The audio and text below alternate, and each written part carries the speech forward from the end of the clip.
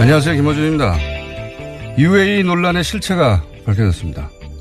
이명박 정부 시절 김태형 전 국방장관이 UAE와의 비밀 군사 협정을 실토했습니다. 유사시 한국군 자동 개입을 약속했다는 겁니다. 비밀리에 한 이유는 섣불리 국회로 가져가면 안 될 것 같아서.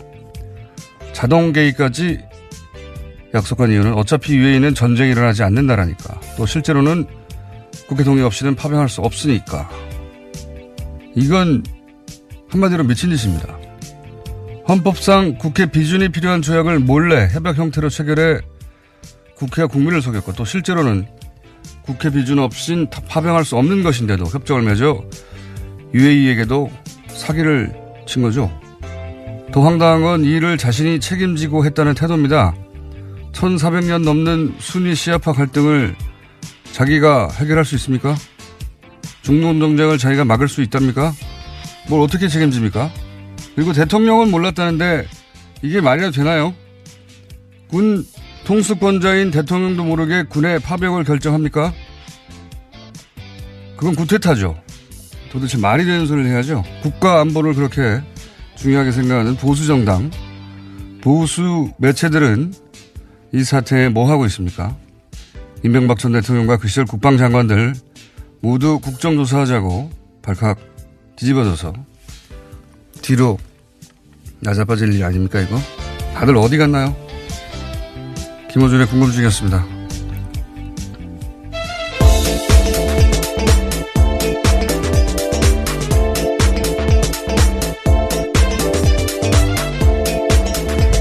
시사인의 김은지입니다. 네. 저는 이 뉴스가 아주 폭포처럼 쏟아질 줄 알았어요. 근데 뉴스가 별로 없어요. 이게 좀 말도 안 되는 상황이거든요. 다른 거 하기 전에 이 얘기부터 해야 되겠어요. 임기가 1년 3개월 정도 됐거든요. 김태형 장관이. 네, 국방부 장관 시절에요. 네, 자기 임기가 뭐 100년도 아니고 군 통수권자도 아니고 일개 장관이 이거 어떻게 다 책임져요. 말도 안 되는 소리. 일개 장관이 국회에 거짓말하고 국민도 속이고 상대 국가한테도 사기를 치고 그걸 또 군 통수권자인 대통령도 모르겠다. 이걸 믿으라는 겁니까? 이게 말이 되는 소리예요? 아니, 군대를 보내게 되면 군 통수권자가 하는 거죠. 그것도 국회도 통과해야 돼요. 이걸 어떻게 대통령도 모르게 했다. 이 말을 믿으라는 건지. 제가 보기엔 김태형 전 장관이 독박을 쓰는 걸로 시나리오가 마련된다 본데 말도 안 되는 거예요. 그리고 이 모든 게 국익을 위해서 그랬다. 국익이 뭡니까? 돈이네요, 돈. 여기서 말하는 국익은. 전쟁 내면은 파병될 병사의 목숨은 국익이 아닌가요? 그리고 시아파 국가들하고 이러다가 적이 되면 그건 국익에 반하는 거 아닌가요? 이게 군인이라면 여기서 국익을 말할 수가 없는 거예요, 이거 가지고. 여기서 돈 버는 게 군인하고 무슨 상관이 있습니까? 군인은 군의 안전과 안보 생각하는 거예요. 이런 논리는 장사꾼들의 논리지 군인의 논리가 아니에요. 근데 이제 종편에서는 이런 이야기가 김태형 전 장관은 누구 군인답다 이런 말도 하더라고요. 말도 안 되는 소리. 보수가 어머 사격을 해주기로 했나 본데 혼자 독박을 쓰고 웃기지도 않는 소리입니다. 이건 정말. 더 화가 나는 거는 이 보수 매체들이 그 UAE 처음 문제 제기할 때 아주 그냥 거품을 물고 뉴스를 쏟아냈잖아요. 포털에도 막 기사가 넘쳐나고.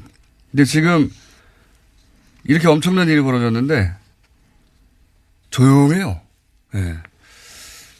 아주 비관합니다. 지금 미디어 환경이 이런 수준입니다. 전 아침이면 기사가 아주 폭포 수준 쏟아질 줄 알았더니 없어요. 예. 아주 나쁜 놈들. 첫 번째 뉴스가 뭡니까? 네.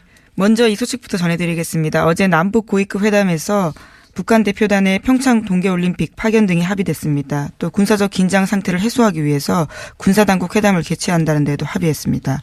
남북은 이런 내용을 포함한 3개 항에 공동보도문을 채택했습니다.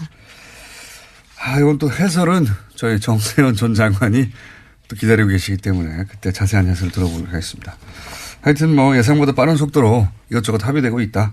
물론 뭐 아직 합의되지 않고 있는 부분도 있고 그거 걸림돌이 되는 부분도 있겠죠. 이제 군사적 문제라든가 이런 건. 네, 그래서 2차 고위급 회담의 개최 시기와 장소 등은 추후 판문점 연락 채널을 통해서 협의하겠다라고 밝힌 바가 있습니다. 알겠습니다. 정세현 장관과 함께 의미나 내용을 짚어보기로 하고요. 자세한. 관련 뉴스가 또 있는 게 있습니까? 예, 북한이 어제 남북고위급 회담에서 서해군 통신선을 개통했다라고 밝혔습니다. 그러면서 이는 최고 수뇌부, 그러니까 김정은 북한 노동당 위원장의 결심에 따른 것이다라고 설명했는데요. 서해군 통신원이 복원된 것은 1년 11개월 말입니다. 2016년 2월 달에 개성공단 가동 중단 때 판문점 연락관 채널과 함께 끊긴 바가 있습니다.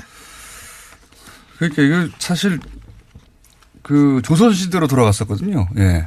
거기 높은 데 올라가서 사람이 소리치고 그랬다고 하잖아요. 육성이나 확성기로 의사소통을 해왔었습니다. 조선시대, 조선시대. 예. 전화, 팩스 뭐 다 끊어버리고, 예. 이전 정부에서 이렇게 지냈습니다. 우리가 북한과. 말이 됩니까? 네. 어쨌든 뭐 통신선 다시 개통했다고 하고요. 다음 뉴스는요? 네, 이명박 전 대통령 측이 원전 수주를 대가로 UAE와 맺은 이면 계약이 없다라고 강조해왔는데요. 그러면서 양국 관계 악화가 후임 정부에도 비롯됐다라는 취지의 주장도 해왔습니다. 하지만 앞서 말씀하신 것처럼 김태형 전 국방장관이 새로운 내용들을 이야기했는데요. 이명박 정부는 다시금 이면 계약 논란에 휘말리게 됐습니다. 논란이 아니고 있었대잖아고 말했잖아요. 김태형 전 장관이. 예, 그게 이면 계약이지 뭡니까? 이명박 전 대통령이 참 대단한 것 같아요. 뻔히 자기가 있을 때 책을 한 거 아닙니까? 예. 그런데 자기가 말하면 폭로가 되니까 말할 수 없다. 그 뉘앙스는 뭐냐면 뭔가 이제 현 정부에 불리한 게 있는데 아니 국익을 위해서 내가 참고 있는 거야. 내 입으로 말할 수 없어. 이런 뉘앙스로 들었단 말이에요. 근데 알고 보니까 자기가 잘못한 거예요.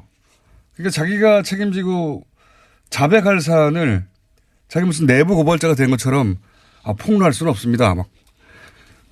자신이 말 안 하는 게 국가에 도움되겠다라는 이야기도 했었습니다. 그때 얘기했지만 본인한테만 도움이 되는 거예요. 말 안 하는 건. 아주 편리한 멘탈입니다. 나를 제외한 모두는 죄인일 수 있으나 나는 죄인일 수 없다. 예? 이 정도 국면까지 왔는데도 워딩을 이렇게 한다는 게 대단한 분이에요. 예. 뻔히 자기가 한 일인데 그래서 제가 그 이명박 전 대통령의 그 화법을 제가 뭐라고 그랬더라? 유체에 있던 화법이라고 제가 말한 적이 있는데 대단한 분입니다. 네. 그때 폭로는 자백. 나는 자백할 수 없어. 그럼 감옥 가 이런 이야기였던 거죠. 예. 어쨌든 이렇게 되면 이제 자유한국당은 할 말이 없어지는데 할 말이 없어져야 되는데 뭐라고 또 하긴 합니다. 계속. 예. 예, 뭐 어제는 침묵했습니다. 애초에 원내대책회의가 예정돼 있었는데요. 열리지 않았습니다. 당 관계자는 최고위원회가 열려야 할 전날에 원내대책회의를 열어서 따로 일정 잡지 않았다라고 했는데요. 하지만 이에 대해서 머쓱해진 게 아니냐라는 이야기가 나오고 있습니다. 이제까지 이면합의 없었다면서 국정조사 요구해 왔기 때문입니다. 머쓱해진 게 아니고 멘붕인 거죠. 보수정당 그 기치를 걸고 이런 일이 벌어졌는데 그냥 넘어간다는 게 말이 됩니까? 예. 그리고 언론, 그러니까 조선일보가 무슨 정보력의 한계 때문에 정보력이 과거와 같지 않아서 이런 그 똥볼을 찼다. 이렇게 생각하는 사람들도 있던데 저는 그렇게 생각하지 않습니다. 사실 UAE 군사 파병 자동 개입 이런 설들은 당시에도 나왔었어요. 조선일보도 그런 설을 보도했었어요. 예. 네, 실제로 국회에서도 그런 질문이 있었습니다. 네. 유승민 의원이 물었었는데요. 당시에 김태형 장관이 부인했었습니다. 그거 저희 제작진이 저렇게 흥분한 거 보니까 충분했나 봐요. 잠깐 들어보겠습니다. 유사시에 군사적으로 지원을 한다든지 UAE가 공격을 당했을 때 우리가 군사적으로 도움을 준다든지 파병을 한다다. 안전 보장을 한다. 상호 방위를 한다. 군사 동맹을 한다. 약속은 없었습니까? 없었습니다. 앞으로 작년에는 약속이 없었습니까? 그렇습니다. 합의도 없었고요. 네. 제작진이 굉장히 자랑스러운 표정으로. 네. 네, 2010년에요. 국회 국방위 전체회의에서 유승민 당시 의원이 김 전 장관에게 물어본 적이 있습니다. 국방위 국방위원장이었거든요. 제가 기억하기로는. 당시 유승민 새누리당 의원이. 그러니까 이 설은 그때도 나왔어요. 나왔고 보도도 됐는데 이게 몰라서 이런 게 아니고 제가 이 관련 소설을 또 써보자면 하도 언론들도 많이 소설을 썼으니까 그 이명박 뭐 UAE 커미션 비리 뭐 이런 쪽으로 번질까봐 미리 선수를 친 게 아닌가. 그러면서 선수를 어떻게 치냐면 현 정부의 이제 외교 무능, 외교 참사 이런 프레임으로 공격을 시작한 거죠. 일제히 보수 매체들이.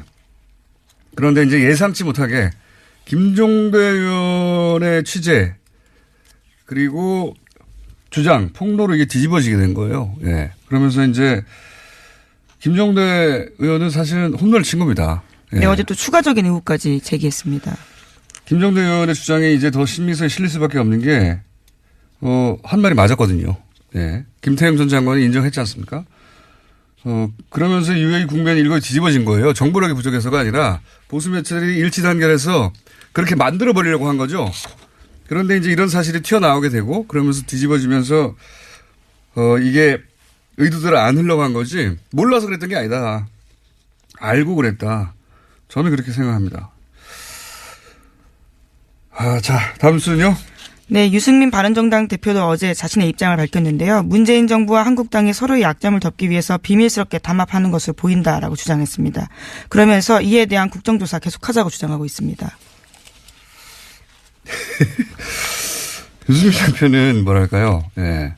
분명히 이제 공부도 많이 하고 합리적인 분이고 그런데 본인의 세계관이나 상상력을 벗어나는 일이 발생하면 이렇게 레코드판 튀듯이 이런 발언을 가끔 해요. 이렇게 갑자기 정부하고 한국당이 담합을 했다. 예. 예. 여당과 제1야당을 동시에 겨냥해야 하는 정치적 입장은 알겠는데 예, 이런 수준으로 공격을 하면 역풍을 맞습니다. 정부와 한국당이 밀실 담합을 한 것으로 보인다. 약간 웃겼습니다. 이 논평은. 어쨌든 국정조사를 계속 하자는 주장이 있긴 있습니다. 이렇게 또. 다음 뉴스는 뭔가요? 네, 다스 관련된 소식 다시 전해드립니다. 이명박 전 대통령 참모들은 검찰 수사팀을 탄핵하는 방안까지 검토하고 있다고 채널A가 보도했습니다. 채널A가 이명박 전 대통령의 법률팀 보고서를 입수했다라고 하는데요. 여기에 따르면 이명박 전 대통령은 투트랙 전략을 세웠다고 합니다. 법률적으로는 청와대 고위관계자 출신 변호사를 선임한다라는 거고요. 정치적으로는 현재 수사 중인 검사들에 대한 탄핵이 검토됐다라고 합니다. 이미 10년 전에 검찰과 특검이 수사해서 무혐의 결론 내린 사안에 대해서 재수사하는 거는 정치보복으로 인권을 침해하고 있다라는 주장입니다. 박근혜 대통령 때도 그러지 않았습니까? 예. 박근혜 대통령이 탄핵 대상이 됐을 때 관련 수사에 대해서 인권 침해다라고 주장했었는데 지금 이명박 전 대통령도 지금, 본인에 대한 수사는 인권 침해라는 거잖아요. 네, 검사의 인권 옹호 의무가 있는데 이를 위반했기 때문에 직권남용에 해당한다라는 주장입니다. 하지만 검사 탄핵하려면 국회에서 탄핵 소추안이 발의돼야 되는데 쉽지 않습니다.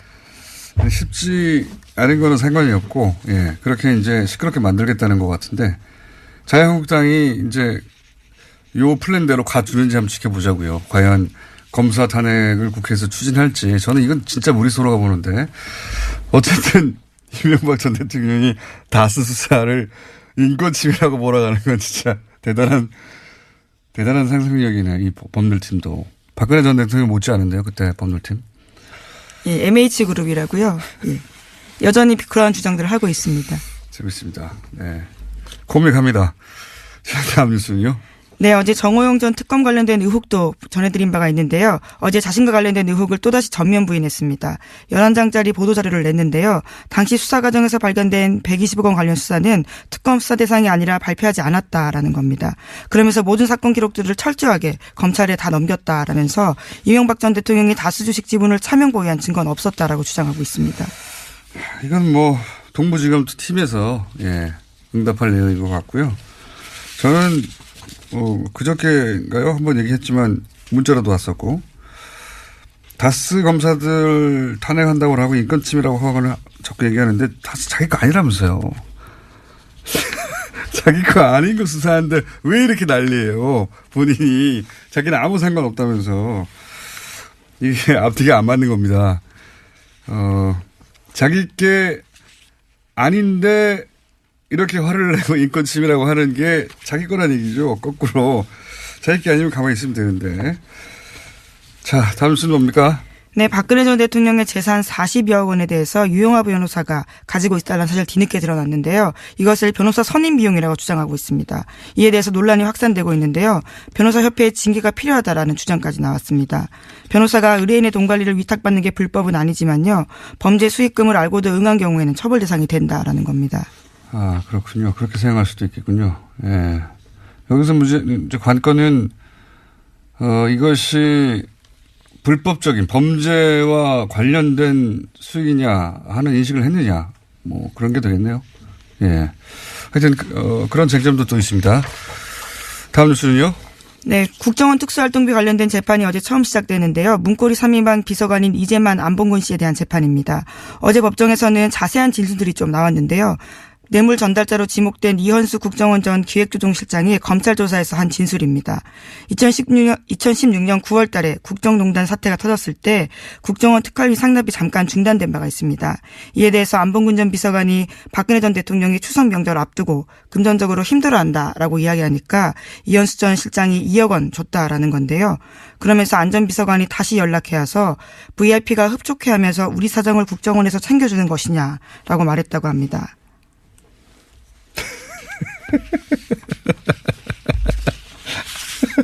자기가 달라고 했으니까 국정원이 어쩔 수 없이 주는 거죠. 우리 사정을 국정원이 챙겨주는 것이냐, 이게 말이 되는 소리입니까? 아, 당시 청와대는 제정신이 아니었어요. 지금 이렇게 나온 얘기들을 들어보면. 근데 이제 여기서 저는 포인트가 국정농단 사태가 이미 불거졌는데도 돈을 받은 거 아닙니까? 멈췄다가. 이 시점에 최순실 씨가 독일에 갔어요. 그때 돈 달라고 했을 거라고 저는 봅니다. 그거 챙겨주려고 한 게 아닌가. 저는 그런 생각이 드네요. 그게 아니라면 이렇게 사태가 벌어졌는데도 그래서 멈추고 있었는데 갑자기 돈을 이 시점에 달라고. 추석 때 너무 고생하는 직원들 챙겨줘야지 이런 마음이 갑자기 들었다는 건 좀 믿을 수가 없고요. 그거는 그런 이유가 아니었을까. 최순실 씨가 간다고 하니 챙겨주려고 했던 게 아닐까. 저는 그런 추정을 해봅니다. 자, 다음 뉴스는요. 네, 지난 2012년 대선의 막판 쟁점으로 부각됐던 NLL 대화록 유출 사건 여러 차례 말씀드린 바가 있는데요. 이 사건은 연금이체 사건으로 남게 됐습니다. 검찰이 문건 유출자를 사실상 지목했지만 기소, 그러니까 재판에 붙이지 못한 건데요. 어제 검찰은 김태호 전 기획관을 증거불충분으로 불기소 처분하면서 이례적으로 유출이 강력하게 의심되나 기소할 정도로 증거가 충분하지 못하다라고 밝혔습니다. 김관진 전 장관, 임관빈 전 실장, 김태호 전 기획관으로 이어지는 이 사이버 사령부, 그러니까 군의 정치 개입 관련은 사법부가 석방하고 기각해서 막았단 말이죠. 예.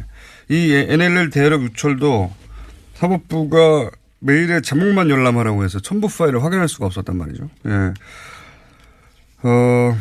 사법부 결정에 이것도 막힌 거예요. 예. 사법부의 일부 판사들은 두고두고 이 문제에 대해서 예, 다시 되짚으며 문제 삼아야 된다고 저는 봅니다. 예. 네, 수사와 관련해서 영장을 청구하니까 이에 대해서 제목만 열람하라면서 일부를 기각하면서 수사가 난간에 부딪혔다라고 검찰은 주장하고 당연하죠. 있습니다. 예. 파일이 넘어간지를 확인해야 되는데 매일 제목만 보라고 하는 게 무슨 소용이 있습니까? 내용도 못 읽고 첨부도 확인도 안 하고. 말도 안 되는 건데. 그런 일이 있었고 그래서 이 수사는 이제 막혔습니다. 예. 공소시효도 끝나버렸고요. 그래서 이제 연금이체라고 하는 건데, 연금이체는 아니고 유출한 거죠, 여기서. 다 아는데 법적으로 처벌하지 못하게 생겼다는 거죠. 자, 오늘 여기까지 해야 될 것 같습니다. 시간이 다 돼서. 네, 그러시죠. 네, 허락해 주셔서 감사하고요. 예. 시사인의 김은지였습니다. 감사합니다.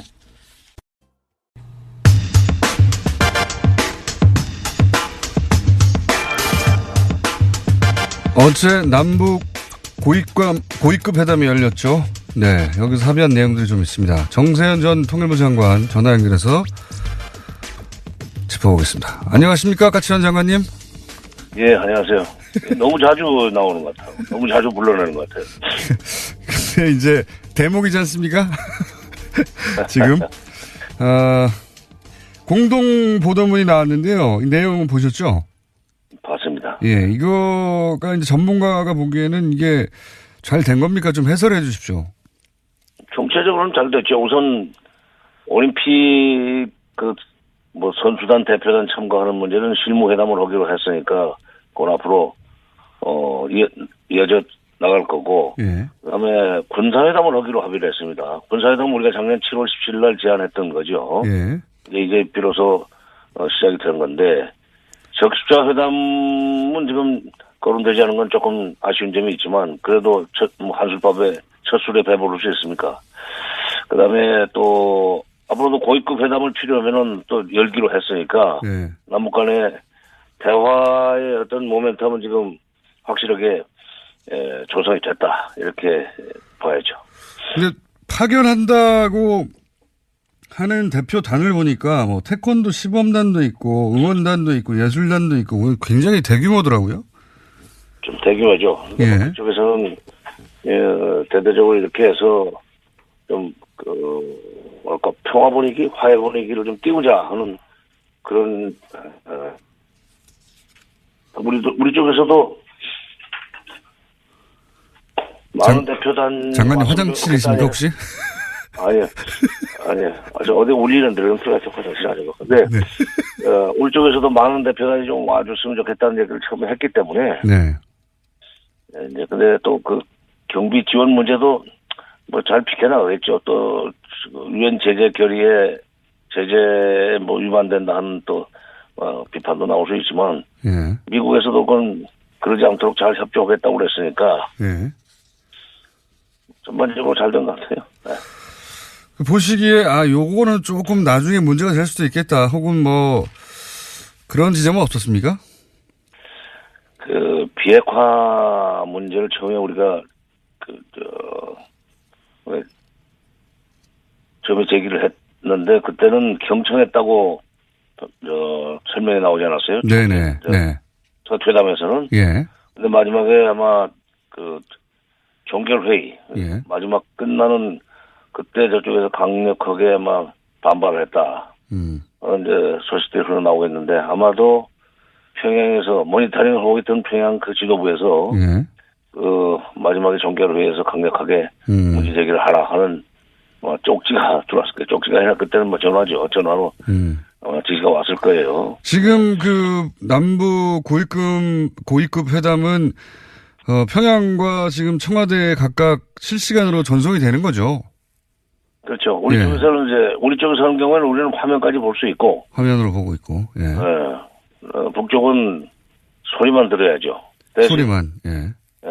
북측 지역에서 하는 경우에는 우리는 또 소리만 듣고 북측은 화면도 보고 그렇게 시설은 되어 있습니다만은 예. 아마도 처음에 전체 회의 개막하는 전체 회의 때 제기한 비핵화 문제를 제기한 데 대해서 대꾸하지 않은 데 대해서 아마 질책이 좀 있었고 종결회의 때 그걸 리성권 조평통위원장에 강하게 반발했다는 소식이 흘러나오고 있는데 여기 앞으로 우리 국민들은 비핵화 문제에 대해서 어떤 식으로 간에 언급이 되고 거론되기를 바라는데 예. 북한은 처음부터 그걸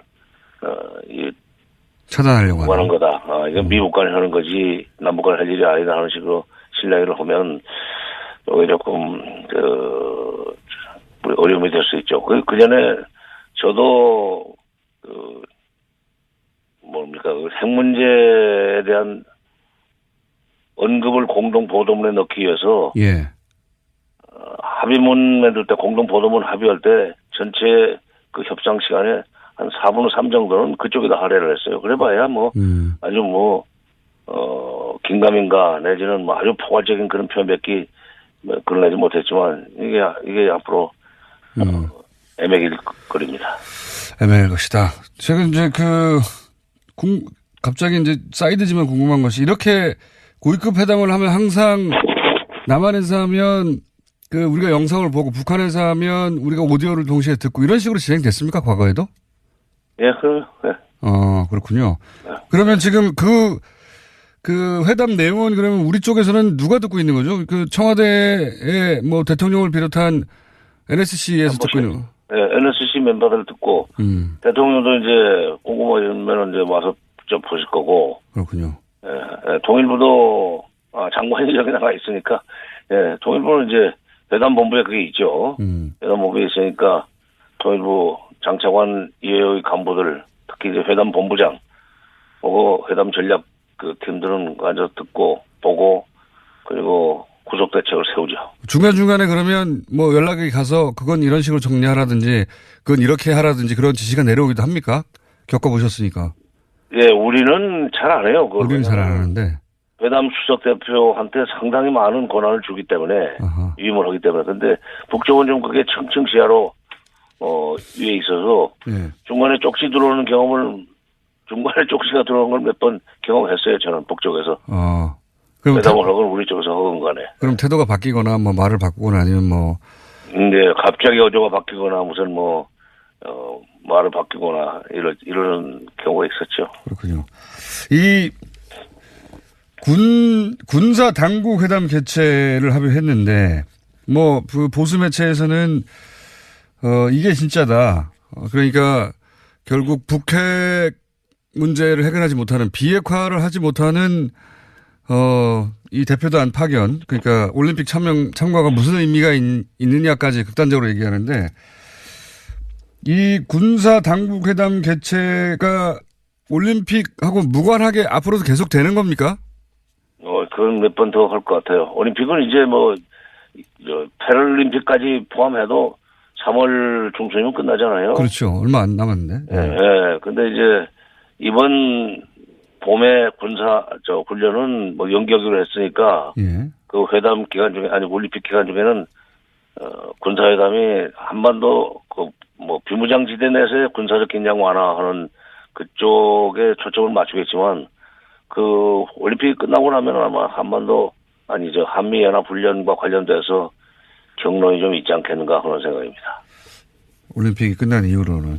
예. 근데 그때는 이제 본격적으로 그거 가지고 실내기를 할 거예요. 그리고 우리가 이제 설 전에 이 남북 이산가족 상봉 문제 상봉을 좀 하자고 했는데 이건 북한은 왜 안 했을까요? 이게 아마도 두 가지 문제가 있었다고 생각해요. 예. 우리가 제안을 했는데 이게 합의를 못한 것은 작년에 벌써 작년 됐군요. 작년에 이산가족 상봉 문제를 이제 협의하기 위한 적시자 회담을 제안하니까 왜 중국의 유경 식당 종업원 13명인가? 네네. 그 문제를 거론하고 나오지 않았어요? 북쪽에서. 예. 이산가족이다. 그러니까 그 문제부터 먼저 해결하고 이산가족 회담으로 넘어가든지 상봉 행사라든지 해야 된다는 얘기를 했는데 그 얘기를 또 꺼냈을 가능성이 있고 또 하나는 북쪽에서는 그게 이제 국정원의 공작이라고 주장하고 있죠. 예. 이제 그렇죠. 그리고 예. 또 하나는 이제 이산가족 상봉하려면은 장소가 이제 금강산으로 한정돼 있어요. 거기다 상당히 많은 돈을 들여가지고 우리가 이산가족 면회 시설을 해놨거든요. 그렇죠. 시설을 설치해놨거든요. 그러니까 그전에도 거기서 만났기 때문에 이산가족 상봉하려면 금강산 들어가야 되는데 금강산 들어가는 문제를 들어가는 걸 계획해서 북쪽에서는 금강산 관광 재개하고 연계시키려고는 그런 계획을 가지고 있죠. 2년 전에도 벌써 2년 됐구나. 2년 전에도 그 문제 때문에 결렬되지 않았어요.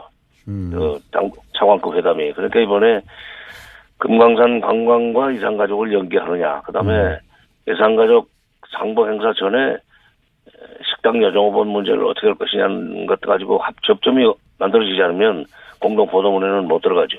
이번에 그것 때문에 시간 좀 걸리지 않았나 하는 생각이 들어요. 종결회의가 굉장히 오래 걸리더라고요. 통상 글자 수는 몇 개 없는데. 그러니까 글자 수는 몇 개 없는데 그렇게 오래 걸렸다는 거는 이렇게 정치적 문제가 있었을 것이다. 예, 그다음에 이제 핵 문제 가지고 아마 저쪽에서 긴 얘기 했을 거고 보도문에는 안 들어갔지만. 핵 문제 가지고 지금 시비 걸지 마라 뭐 이런 얘기. 예. 그런 걸 예상하시는군요. 예. 이 군 통신선이 복원됐다는 건 또 어떤 의미입니까? 그 장관님이 보시기에. 예, 이게 상시 대화 채널이라고 봐야 되는데 이 군 통신선은 용도가 군사 당국 간의 통신도 하는 거지만 원래 그 만들 때는 이 철도도로 연결 공사를 위해서 이게 통문을 열고 들어가야 되는 출입을 해야 되는 문제가 있잖아요. 예, 비무장지대 그 철조망이 쭉 쳐져 있는데 중간중간에 남북을 연결되는 통문이 있습니다. 통문의 개방 시간, 그다음에 통과 인원 뭐 등등을 서로 주고받는 통보하는 그런 채널로 2002년 9월 달에 남북철도 연결하면서 그걸 개설했어요. 그거기 때문에 요거는 개성공단 출입, 그다음에 금강산 출입 이 용도로 아마 저쪽에서 군 통신선을 먼저 복원을 해놓은 것 같다는 느낌입니다. 알겠습니다. 이거는 뭐 거기까지 가려고 그러는 거죠. 네. 그렇군요. 그런 의도가 뒤에 깔려 있을 것이다. 이건 진짜 북한 전문가 아니면 알 수 없는 내용이네요. 장관님, 오늘은 여기까지 하고요. 또 모시겠습니다. 아니 너무 자작하면은 이 정치자들이 싫어해요. 앉으라고 재밌습니다. 앉으라고 재밌는데 장관님 이상으로 이거 해주실 분이 없어가지고. 근데 제가 새벽에 끼웠나 봅니다. 죄송합니다. 예. 오늘 여기까지 하겠습니다. 정세현 전 통일부 장관이었습니다.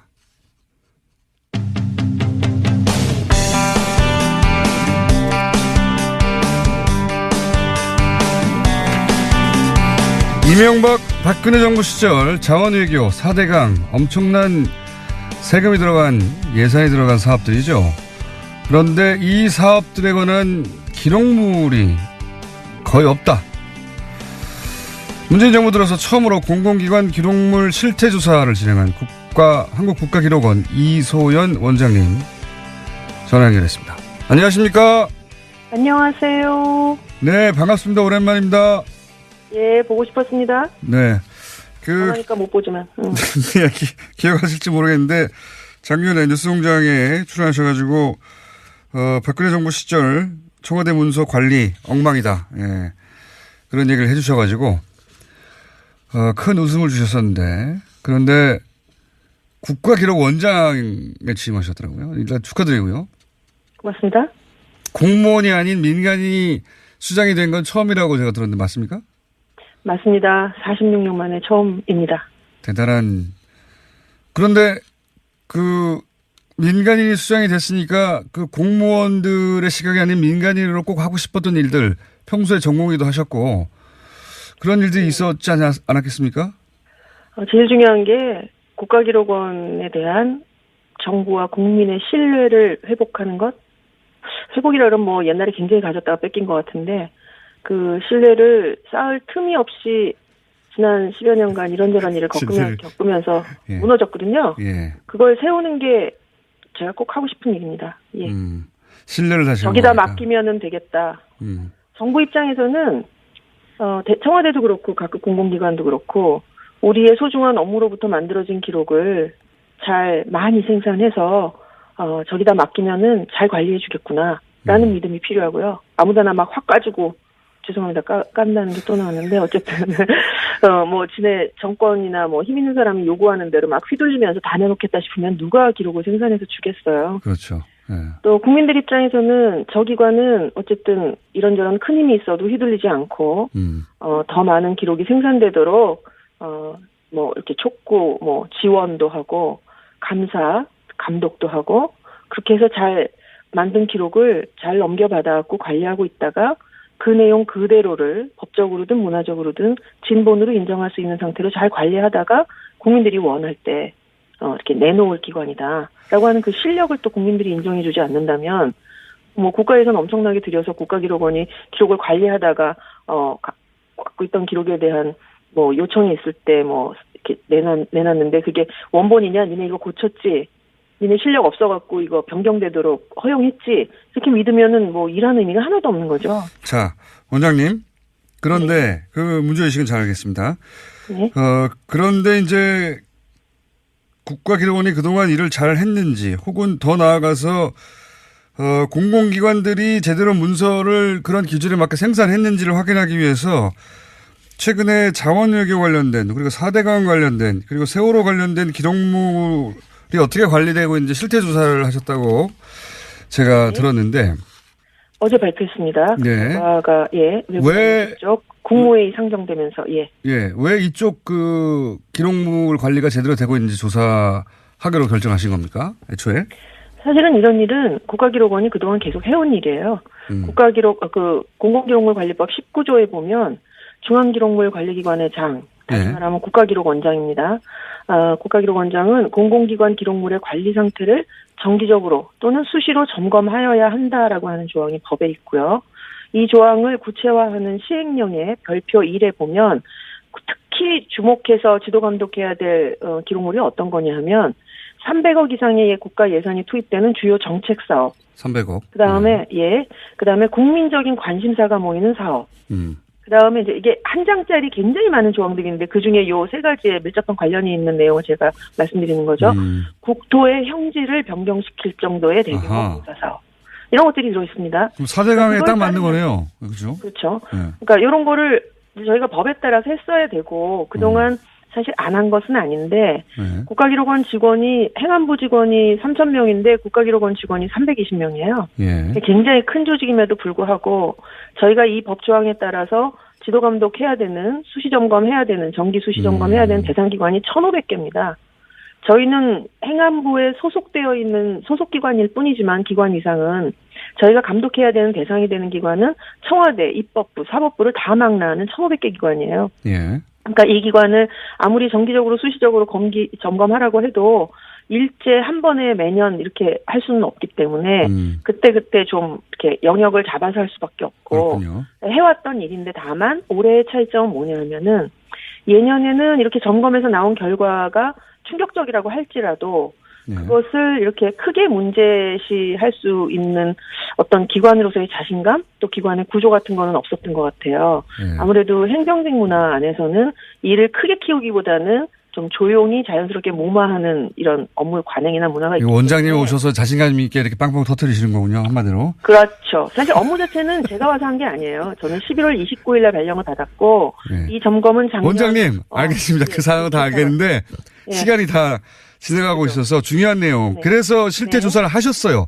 하셨더니 했어요. 예를 들어서 자원외교에 33조가 들어갔는데 네. 구체적으로 석유공사 같은 경우에는 뭐 2조짜리가 4조짜리를 변했는데 300억 이상만 돼도 문서를 자세히 생산해야 되는데 이 관련 문서가 없더라 이런 발표가 있었는데. 그렇죠. 네. 보니까 특히 이 자원외교 관련한 내용은 주요 그 투자에 관련된 결정 사항을 심의하는 리스크관리위원회가 예. 뭐 석유공사 말고도 광물자원공사나 가스공사 같은 곳에서 다 어떤 투자의 내용이나 액수를 변경할 때는 회의를 하도록 이런 관리위원회에서 리스크관리위원회에서 하도록 되어 있는 당연히 모양이에요. 그렇겠죠. 당연히. 예, 그런데 액수가 얼만데. 회의록이 생산되지 않은 경우도 있었고 가스공사 같은 경우 회의록이 아예 생산이 안 됐어요? 예, 그 횟수가 1회에서 14회, 18회에서 21회 회의록이 생산되지 않았어요. 석유공사 같은 경우에는 1조에서 2조로 투자 금액을 변경하면서 예. 그런 회의를 했다고 하는 기록은 있는데 예. 그 왜 회의할 때는 회의 자료라는 걸 만들잖아요. 안건별로. 그렇죠. 그 안건에 대한 자료가 기록물로 등록되어 있지 않아요. 그러니까 회의를 했다는 것은 있는데 어떤 논의상을 거쳐서 이렇게 투자 금액을 늘렸는지에 대해서는 기록이 없는 거죠. 1조가 더 들어가는 회의인데 회의 내용이 없는 거군요. 네. 또 뭐 회의록을 분실한 경우도 있었고요. 광물자원공사 같은 경우는. 근데 이제 기자분들이랑 국민들이 제일 궁금해하시는 거는 그럼 이 중에 이런 네. 기록관리 부실의 내용 중에 어떤 것이 의도적이냐, 예. 무단파기냐, 무단으로 이렇게 은폐하려는 의도냐라고 그걸 어제 이제 기자 간담회에서 제일 많이 물어보시는데. 그렇죠. 왜냐하면은 이제 보통 여기 뉴스 공장이 진행되는 TBS도 이게 네. 공기관이기 때문에 예산 가지고 엄청 얼마 안 되는 거 가지고 굉장히 짜게 굴거든요. 기록으로 다 남겨야 되고. 그런데 맞습니다. 네. 근데 이제 저희 직원들도 한 1,000만 원 정도가 변경돼도 원장 결제에 흔적을 남기고 싶어 합니다. 당연하죠. 나중에 책임져야 되니까. 그런데 예. 1억도 아니고 10억도 아니고 100억, 1000억도 아니고 조가 변경되는데 아무런 기록이 없다는 건 이건 상식적으로는 도저히 이해가 안 가거든요. 자, 그런데 예. 저희 조사의 목적은 저희 조사는 이런 식으로 해요. 저희가 목적이 주요 이런 결정사항에 대해서 입안부터 종결까지의 당연히 나와야 하는 기록들이 만들어졌나 라는 걸 보기 때문에 조사 방식이 기본적으로는 공공기록법을 준수하는 방식으로 내부 규정이나 지침이 만들어져 있는지를 제일 처음 보고요. 네. 만들어져 있는 내부 규정과 지침에 따라서 기록을 생산하고 등록하고 관리하였는지를 보는 거예요. 네. 그러니까 그 기록에 담겨져 있는 내용이나 있었어야 되는 기록에 담겨져 있었어야 되는 내용이나 아니면 이것이 어떤 의도를 갖고 파기되었는지에 대해서 조사할 수 있는 권한도 없고 없다. 그런 걸 밝혀낼 수 있는 조사 방식도 아니에요. 그렇기 때문에 저희의 후속 조치가 네. 각종 그 감사 기관들에게 감사 요청을 하는 거죠. 기관의 시정 조치뿐만 아니라, 그러니까 이 기록관리 감사라고 하는 거는 과거에 벌어진 일을 밝히는 내용이라기보다는 앞으로 벌어질 일들에 대한 기록을 더 철저하게 만들면서 이해했습니다. 가도록 하는 그런 내용입니다. 자, 그건 이해했고요. 네. 이해했고 충분히. 그러니까 국가기록원이 근데 잠깐 마지막에 끝나기 전에 저한테 네. 잠깐 시간 주셔야 돼요. 대반전 뉴스 있습니다. 아, 그래요? 네. 수사기관이 아니기 때문에 국가기록원은 규정을 준수했는지 확인하고 그리고 감사원에 감사를 요청한다든가 이렇게까지밖에 할 수 없는 한계는 이해했고요. 근데 이렇게 조사를 쭉 하다 보니 네. 그러니까 책임 회피를 위해서 누군가 고의로 없앴을 가능성 이거는 그냥 개인적인 견해를 있다. 예? 있긴 있을 거다. 있긴 있을 굉장히 거다. 많은 건수를 저희가 발견했어요. 사실 저희가 이제 처음 원장으로 와서 제가 한 일은 아니지만 예. 장관님께 제가 처음 이거 보고를 할 때 장관님이 물어보신 게 그거예요. 이게 다 의도적인 거라고 보냐? 원장 대답해 보세요. 예. 근데 제 대답은 그런 것도 있지 않을까 저희는 생각합니다. 그러나 대부분은 네. 기록 관리를 어떻게 해야 되는지 혹은 꼭 해야 한다는 의식이 없어서 벌어진 일도 굉장히 많을 거라고 생각합니다. 그게 이렇게 아무렇게나 퍼센티지 얘기할 수 있는 건 아니지만 70-80%는 그걸 거고요. 예. 근데 이렇게 민감한 거는 소량이, 예. 이렇게 민감한 거면 의도적으로 없앴다고 의심받을 만 하지 않습니까? 충분히. 그럴 수도 있을 거라고 생각합니다. 그런데 이 공무원들이 업무를 하는 관행 중에는 예. 대부분의 담당 직원들은 업무에 대한 기록을 남기려고 해요. 예. 당연하죠. 문제가 있기 때문에. 공무원들은 그- 항상 예. 그렇던데.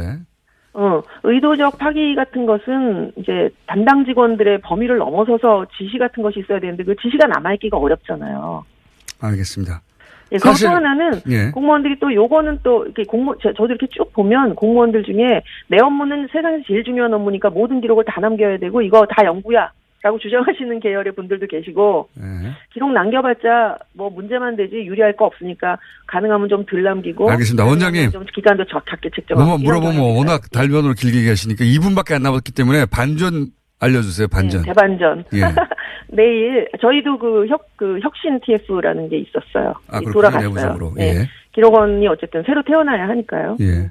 내일 아마 이제 원장은 전임 원장님도 저도 논의에 참여하지 못하는 구조였어요. 좀 독립적으로 활동하기 위해서. 예. 내일 그분들이 기자회견을 하시는데 거기서 이 혁신 과정에서 이제 개선해야 될 점 과거에 있었던 일들을 찾으려고 조사를 하다 보니까 국가기록원의 기록이 하나도 없더라.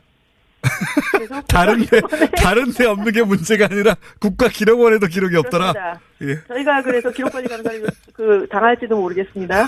지금 제가 지금 아까 말단 직원들에게 표적이 가는 것이 제일 걱정되는 거예요. 이거 발표하면서도 기록관리 지금- 실태에 대해서 경종을 울려야 되기 때문에 크게 갑시다. 제가 우겨서 막 이렇게 보도도 하고 막 크게 가긴 하는데 그것의 희생자가 말단 직원들, 특히 기록관리 전문요원들 내부에서 실권도 없고 기록관리 업무하기에 허용도 못 받았던 사람들이 다 공격받을까봐 걱정이 돼서 특정 기관에 주목되지 말았으면 하는 마음이 있는데 예. 지금 어쨌든 생산기관 각급 기관에 서 있는 그 기록관리 전문 요원들은 국가기록원 이내나 잘해 이게 10년 동안에 있었던 일이에요. 그래서 정말 죄송합니다. 제가 이제 곧 사과문도 쓸게요. 원장님 이해했습니다. 이해했습니다. 그러니까 지금 대반전입니다. 내일 아침에 이제 뉴스로 나옵니다. 네, 국가기록원에서 지금 석유공사라든가 네. 뭐 광물자원공사라든가 가스공사 뒤져봤더니 필요한 뭐 조단위 돈을 쓰면서도 기록물이 하나도 없더라. 막 이렇게 지적을 하셨는데 내일 국가기록원 내부 TF 결과가 나오는데 국가기록원에도 TF. 예. 국가기록원에도 변명은 하나 있어요. 국가기록원도 이게 법상 우리는 기록관 설치 의무 대상 기관은 아니에요. 자, 근데 이 어쨌든 기록관을 설치해야 된다고 했는데 그동안에 리더십 기록원에 책임지는 분들은 그걸 허락하지 않은 거예요. 원장님? 건 있어요. 예. 원장님 책임이 아니라 이전 시스템 책임이었다고 제가 이해하고요. 아니 현재 거기서 붙박이로 일하시는 분들의 책임이 아니다라는 그렇죠. 거예요. 그렇죠. 10년간. 네, 예. 네. 그 이전에 장애 책임이었다고 저는 이해하겠습니다. 오늘 여기까지 하고 다시 한번 연결할게요. 감사합니다. 가져가요. 네. 네. 이소연 국가기록원장이었습니다. 노르가즘 정의당 노회찬 원내대표 나오셨습니다. 안녕하십니까? 안녕하십니까? 자, 정의당 김종대 의원이 네. 홈런을 쳤어요. 홈런. 네. 거의 말로 홈런에 가깝습니다. 이건 사실. 지금 뭐 보수 매체들이나 언론들이 그렇게까지 부각을 안 시켜줘서 그렇지 사실상 말로 홈런이에요. 이거. 그 한 달 동안 시끄럽던 UA를 한 방에 날려버리는 네. 이 정도 성과를 냈는데 본인 주장대로 비호감도도 또 높아서 그렇게까지 인정을 못 받고 있는 느낌입니다. 이게. 애초에 이게 그 모 보수 언론에서 예. UAE 아랍에미리트와의 사이에 큰 문제가 발생했고 그것은 현 정부가 예. 탈핵 정책을 썼기 때문에 예. 그래서 그간에 이제 원전 수출하기로 한 그 원자력 발전소를 갖다가 건설하기로 한 계약 자체를 갖다가 무효화하려고 하고 있다는 말도 안 되는 소리를. 예. 말도 안 되는 이 주장을 펼쳤는데 그러면서 또 이걸 이명박 정권 비리 캐다가 또 그렇게 됐다고 그렇죠. 하기도 하고. 예. 그런 여러 가지를 이제 제시했는데 이걸 자유한국당이 덥석 물어가지고 네. 이 함정에 빠진 거죠 사실은. 그래서 말도 안 되는 주장을 계속 해왔고 정의당에서는 계속 이걸 지적을 해왔고 제가 네. 또 김종대 의원의 그 주장이 가장 진실에 가깝다. 예. 군사협정 이렇게 문제다 결국. 그렇게 얘기했음에도 불구하고 이제 엉뚱한 얘기하다가 이제는 거의 사실로 확인되고 있는 상황입니다. 김태형 당사자가 네. 당시 국방장관이 했다고 하니까요. 이제 더 이상 뭐 부인할 방법도 없어요. 예. 사실 근데 이제 김태형 전 장관이 지금 군사협정의 문제다. 그리고 네. 자동 개입 조항까지 들어가 있다라고 사실 거의 다 시인했는데 네. 한 가지만은 여전히 큰 거짓말을 하고 있어요. 뭔가 하면 이 모든 것이 MB가 알고 있고 MB 지시에 따라서 한 거다라는 말을 빼버리고 그렇죠. 자기가 알아서. 자기가 다 했다라는 게. 말도 안 되는 소리라고 예. 봅니다. 저도. 근데 사실 저희가 확인한 바에 따르면은 예. 이 사람이 당시 국회에서 예. 선거 같은 질문들에 대해서 우리는 그런 합의가 없다. 일체의 군사협정 비공개 협정 MOU 체결한 바가 없다라고 거짓말했는데. 국방부에서 거짓말했죠. 예, 거짓말했는데 지금에 와서는 이걸 갖다가 시인을 하면서 자기가 몰래 개인 차원에서 한 일이라는 그렇죠. 예. 거짓말하고 있는데 이게 대통령도 속이고 예. 국회도 속이고 UA도 속이고 다 속였다는 거 아닙니까? 예, 저희가 확인한 바에 따르면 이게 국무회의를 통과한 거예요. 국무회의를 통과한 예. 것이다. 국무회의를 통과한 걸 가지고 자기가 했다고 얘기를 하는 게 말이 안 되는 거죠. 요 MOU 자체가 예. 국무회의를 통과한 겁니까? 예. 대외적으로는 비공개했지만 국무회의는 통과한 거예요. 새빨간 거짓말이네요, 그러면. 대통령, 사실 말이 안 되죠. 장관이 뭐라고, 임명직 국무위원이 지금 헌법도 속이고 국회도 속이고 상대방도 속이고 다 대통령까지도 모르게 몰래 한다는 게 말이 됩니까, 이게? 그리고 최근에 이 사태를 갖다가 푸는 과정에서 송영무 장관이 아랍에미리트를 방문했고 잘 안 돼가지고 이제 김종석 비서실장까지 방문했는데 그 두 사람 방문 사이에 이명박 전 대통령이 방문했어요. 그렇죠. 방문한 이유가 겉으로는 강연 때문에 방문했대요. 바레인 강연 때문에. 아니 그럼 아랍에서 지금 이명박 대통령 불러가지고 강연 들을 사람이 누가 있어요. 그렇잖아. 그러니까 자기들 수행원 앉혀놓고 강연했다면 몰라도. 네. 이거 수습하러 간 거거든요. 그렇게 보입니다. 예. 그리고 이 전체 내용을 다 잘 알고 있는 사람이에요. 당연히. 예. 그런 사람이 자유한국당 홍준표, 김성태 대표, 원내대표 이런 분들이 엉뚱한 발언을 계속 해댈 때 그거 말려야 될 거 아니에요. 사실은 그건 아니다. 그렇게 나가면 당이 곤란해진다. 이런 얘기를 언제라도 줘야 되는데 또 그냥 묵묵부답으로 자기만 지키려고 가만히 있었던 거예요. 자기한테 유리하니까 가만히 있었던 거죠. 게다가 이런 사실이 과거에 MB 자서전에도 나온다면서요. MB 자서전에 보면은 이 아랍에미리트의 원전 건설과 관련된 계약이 프랑스 사르코지 대통령이 굉장히 공을 들여가지고 그쪽으로 거의 넘어가려고 했었고 그때 사르코지도 군사적 옵션 이 원전을 갖다가 이게 프랑스로 하여금 짓게 해주면은 프랑스가 군사적 보장을 해주겠다. 프랑스 해구산 제공하겠다. 여러 가지 옵션을 세게 걸었던 상황인데 이명박 대통령의 자서전에 뭐라고 돼 있는가 하면 이 문제와 관련해서 가장 프랑스의 약점은 이란이다.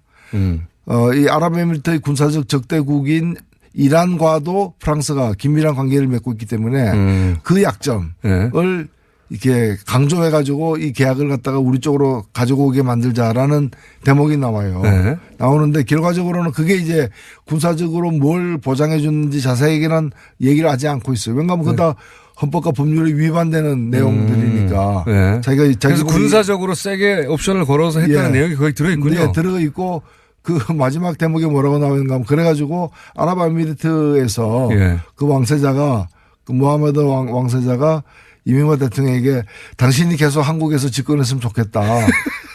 다음 선거에 또 당선됐으면 좋겠다. 이런 한국 내용을 근데 그런 얘기를 했다는 건데 그런 이제 한국 사정을 모르니까 그런 얘기 했을 수도 있겠죠. 정치 시스템을 모르니까. 근데는 그 얘기를 갖다 자기 자서전에 또 옮겨 쓰고 있어요. 자기가 이제 다른 나라에서는 한 번도 하라 그러는데 막 국내 사정상 한 번도 못했다는 그런 여운을 남기면서. 게다가 그러면 그 내용 속에 이제 소위 김태형 장관이 얘기한 것과 다르게 군사적 옵션을 세게 걸었다는 내용이 포괄적으로 들어있는 거네요, 거기에. 네. 아니, 대통령이 모른다는 게 말이 됩니까? 이게. 그러니까 대통령이 그런 이제 헌법을 위반되는 그런 내용까지도 해가면서 그 일을 갖다가 추진을 한 거죠. 그러니까 정말 나라 팔아먹을 사람들이에요. 이게 박근혜 전 대통령이 그 손해상 옮겨주마. 라고 이렇게 비공개로 이제 이면 합의한 일본과의 어떤 그거보다 훨씬 더 심각한 문제입니다. 훨씬 더 심각하죠. 지금 전쟁 나면 거기에 우리 군대가 가야 되는 거 아닙니까? 네. 이런 말도 안 되는 그걸 또 그 전 국방장관이 나와가지고 이건 내가 혼자 한 거예요. 혼자 한 거고 전쟁 나도 안 가도 된다. 안 가면 되지. 간다고 해놔도 안 가면 되지 않느냐. 사기친 건데 그러면. 그걸 뭘 자랑스럽다 얘기를 하고.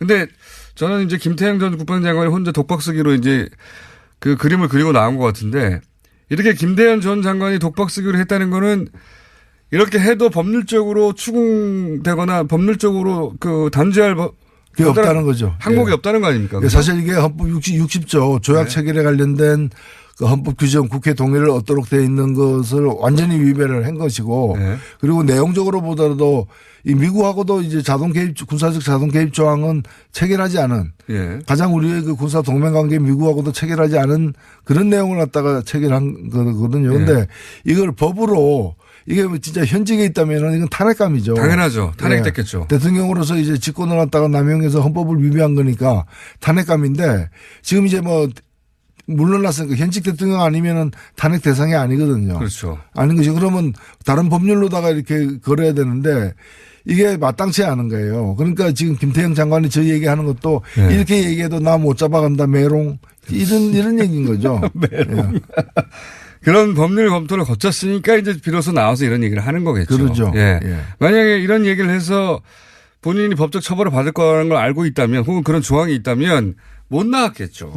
그리고 자기가 독박 쓰는 걸 안 했겠죠. 그렇습니다. 근데 지금 전 장관이 군 통수권자도 모르게 자기가 군대 파병 문제를 다 계약을 체결해서 나 혼자 이런 말도 안 되는 소리를 하고 있지 않습니까? 정말로. 그걸 그냥 또 보수 언론들은 그냥 그대로 실어주고 있어요. 국익을 위해서 어쩔 수 없었다는 뉘앙스로. 말도 안 되는 소리인데 이거 어떻게 해야 됩니까? 열이 받아가지고 정말. 사실 이 문제는 이미 뭐 수습 단계에 들어섰습니다만은 이제 이런 일들이 다 좀 지나간 후에 한번 차분하게 우리 아직도 여전히 이제 그 양국과의 관계이기 때문에 민감한 문제 사안에 대해서 밝히지 못할 부분들이 아마 있을 거라고 저는 생각해요. 그러나 전 정권의 이 사태가 걱정되는 건 뭔가 하면은 여기에 이제 이런 자동 개입 조항만이 아니라 조선은 안 되는 전시에 필수적으로 전시에 대비해서 한국 군대가 필수적으로 보유하고 있어야 될 어떤 주요한 실탄 뭐 이런 그 전략 물자까지 다 제공했다는 거거든요. 사우디에 뭐 180억어치 그리고 3일치 실탄을 줬다고 하는데 이런 부분들이 그 다른 나라와도 다른 그 이런 어떤 자원 외교라거나 이런 것들을 빙자해 가지고 그 헌법과 법률을 위반해서 잘못 맺은 어떤 그런 비밀 협정들이 다른 나라와도 있을 수 있다는 거죠. 그러니까 UAE하고만 있겠습니까 이게. 그러니까요. 이명박 전 대통령이 했던 패턴을 보면 돈만 되면 뭐든지 해버렸거든요. 헌법이 위반돼도 해버렸고 그거 절차가 있는데 그걸 숨겨. 그리고 지나갔다는 거 아닙니까? 그냥 다. 이게 UAE하고만 있겠느냐. 게다가 그거를 다 지금 다시 되짚어서 법적으로 처벌하기도 쉽지가 않다, 이거. 근데 분명하게 법적으로 처벌하지 않고 넘어가면 대통령일 때 안 들키기만 하면 이래도 된다는 게 되는 거 아닙니까? 네. 그래서 지금은 당장에는 사태를 악화시키지 말아야 되기 때문에 좀 봉합하는 차원으로 지금 끝내고 있지만 사실 뱃속에 그 수술용 가위나 거즈 이런 것들은 들어가 있는 채 봉합된 거예요, 이게. 나중에 저는 문제가 남는다고 봅니다. 정말 상상하기 힘든, 그런 일을 해놓고 그냥 뻔뻔하게, 진짜 뻔뻔해요, 진짜. 진짜 뻔뻔하게 그냥 자기가 말하면 폭로라느니. 정말 뻔뻔한 사람들입니다. 여기에 대해 자유한국당은 보수 정권이니까, 보수 정당이니까 사실 안보 문제 아닙니까, 이게. 난리가 나야 되는데 자유한국당은 또 발을 빼고 있어요. 여전히 할 말이 있더라고요, 근데. 그러니까 자유한국당은 모든 걸 갖다가 이제 그 현 정부의 문제로 덮어씌우는 네. 식으로 해서 안 되니까 또 그 협정은 노무현 정부 때 맺은 거다. 노무현 정부 때 다른 협정 맺은 네. 비행기 고동훈련기와 관련돼서 이제 양국의 군사협력에 관련된 이제 이미 공개된. 예. 조선일보가 그렇게 물타기에 나왔죠, 하고, 그렇게. 그거다, 뭐 이런 식으로 이제 네. 제 정신이 사실 아니에요. 제 정신. 외상후 스트레스 뭐 증후군 같은 좀 상황이. 조선일보가 앞장서가지고 물타기 한 겁니다, 그거. 예. 그렇습니다. 예. 뭐 군사협정 나오니까 노무현 시절에 이미 군사협정 맺은 거다, 그거 노무현 시절 거다, 뭐 이런 식으로 물타기 하다가 그것도 이틀, 3일을 못 가고 지금 다 뒤집어지고 있는 셈이죠. 예. 조선일보도 정말 몰라서 그러는 게 아니잖아요, 사실. 알고도 그러는 거 아닙니까, 알고도. 예. 군사협정권이 막 커지니까 그 노무현 시절에 맺은 거라고 다른 거 들고 나와서 언론이 예. 그 좀 잘못 보도 있으면 스스로 시인하고 정정하고 그런 기능을 스스로 보여주지 못한다면은 참 걱정이죠. 예. 조선일보가 그런 걸 본 적은 없고요. 예. 자, 요거 관련해서 김성태 저희 패널이었자 현재 원내대표는 임종석 실장이 왜 UAE 갔는지 하나도 설명된 게 없다. 청와대가 진실을 밝혀야 한다. 이렇게 얘기했는데 혹시 관련해 요 멘트에 대해서 하실 말씀 있으십니까? 어디 장기간 어디 갔다 온 친구가 알면서 그렇게 얘기하기 참 힘든 일인데. 그렇죠. 예. 알면서 그렇게 하기 힘든 일인데 그래도 지기니까 이런 얘기 해야 하는 거죠. 자, 동시에 또 어제 한일 위안부 재협상 한다고 했다가 재협상이 아니라 재협상은 요구하지 않고 사실상 일본의 협상은 무효화하는 뭐 그런 정도의 결정을 내렸어요. 예, 잘못된 협상이기 때문에 우리가 공식적으로 폐기한다라고 이렇게 그런 폐기 절차를 공식화하지는 않았지만 내용적으로는 폐기한 거죠. 그렇죠. 예. 네. 폐기한 거고 그것으로서 위안부 문제는 한일 간의 미해결로 과제로 이렇게 다시 이제 확인된 셈이죠. 이게 이제 여기 대해서 뭐 정서적으로는 왜 재협상을 선언하고 강하게 비판하지 않느냐 이렇게 얘기할 수 있는데. 근데 재협상 문제는 뭐 그런 주장도 재협상 바로 해야 된다는 주장도 일리는 있지만은 재협상 한 데서 재협상이 응할 상태가 아니잖아요. 그렇죠. 일본이. 그러니까 없죠. 지금 재협상이랑 넘어가면 재협상하자라고 압박하는 의미거든요. 근데 그거는 재협상 절차에 돌입하지 않더라도 기존 잘못된 합의를 폐기하는 순간 이것이 미해결 과제로 다시 등극되기 때문에 뭐 결과적으로 마찬가지라고 봅니다. 그리고 이제 재협상 요구하면서 그러면 이제 협상 파기를 선언하는 건데 그렇게 되면 아마도 일본은 이제 어쨌든 이전 우리 정부가 맺었던 거기 때문에 정부 차원에서 사인했기 때문에 협상 파기를 얘기하면서 외교전을 펼치겠죠, 그러면. 제가 보기에 박근혜 정부 위안부 문제 처리의 가장 큰 문제는 원래는 우리가 일방적으로 유리한 사안이었지 않습니까? 보편 인권에 관한 사안이었는데 이거를 국가 간의 협약의 문제로 바꿔버려서 이렇게 되면은 제3국은 토를 달 수 없거든요. 국가 간의 협약이기 때문에, 약속이기 때문에. 그러니까 보편 인권의 문제를 그렇게 국가 간 갈등 문제로 바꿔버려서 일본 전략에 넘어간 거죠. 예. 그렇게 박근혜 정부가 위안부 협상에 관련해서 우리한테 준 최대 피해가 그거라고 보는데. 누구든지 우리 편을 들 보편 인권의 문제를 양국 간의 갈등의 문제로 바꿔버린 거. 일본 전략에 넘어간 거죠. 근데 이제 지금 또 파기 선언하면 일본이 그 프레임으로 몰고 갈 거니까. 그렇죠. 예. 그래서 뭐 사실은 효과는 내용적으로는 파기된 건데 네.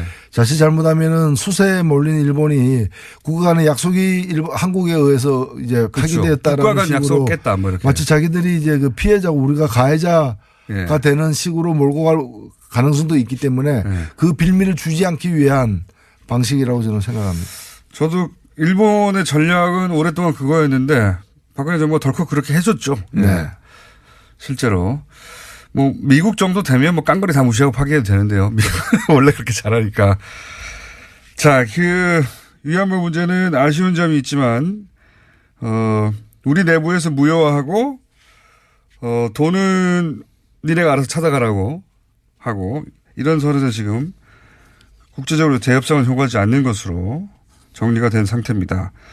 그리고 또 이제 핫한 이슈가 바른정당 얘기 아니겠습니까? 여기가 뒤뚱뒤뚱합니다. 가다가.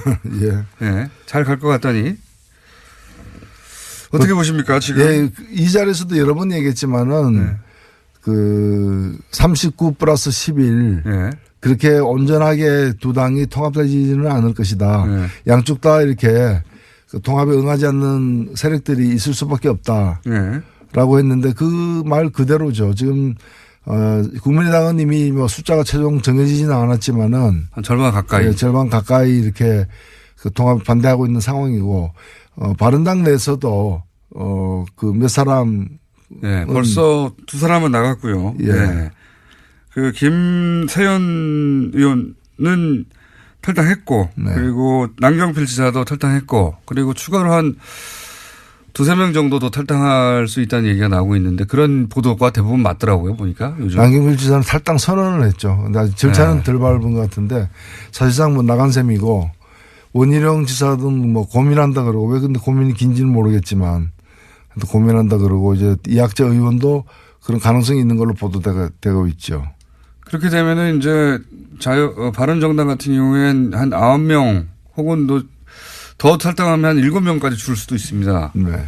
의원 수가. 이렇게 되면 정의당과 거의 위상이 비슷한 정도로 숫자가 33세 정당이었군요. 국회의원 수가. 33에서 거의 9에서 7까지 줄어들 수 있는데 그것도 문제지만 그 대표가 예. 바른정당의 유승민 대표가 나는 합당하겠다고 말한 적이 없다. 확정했다고. 이건 왜 이렇게 나오는 걸까요?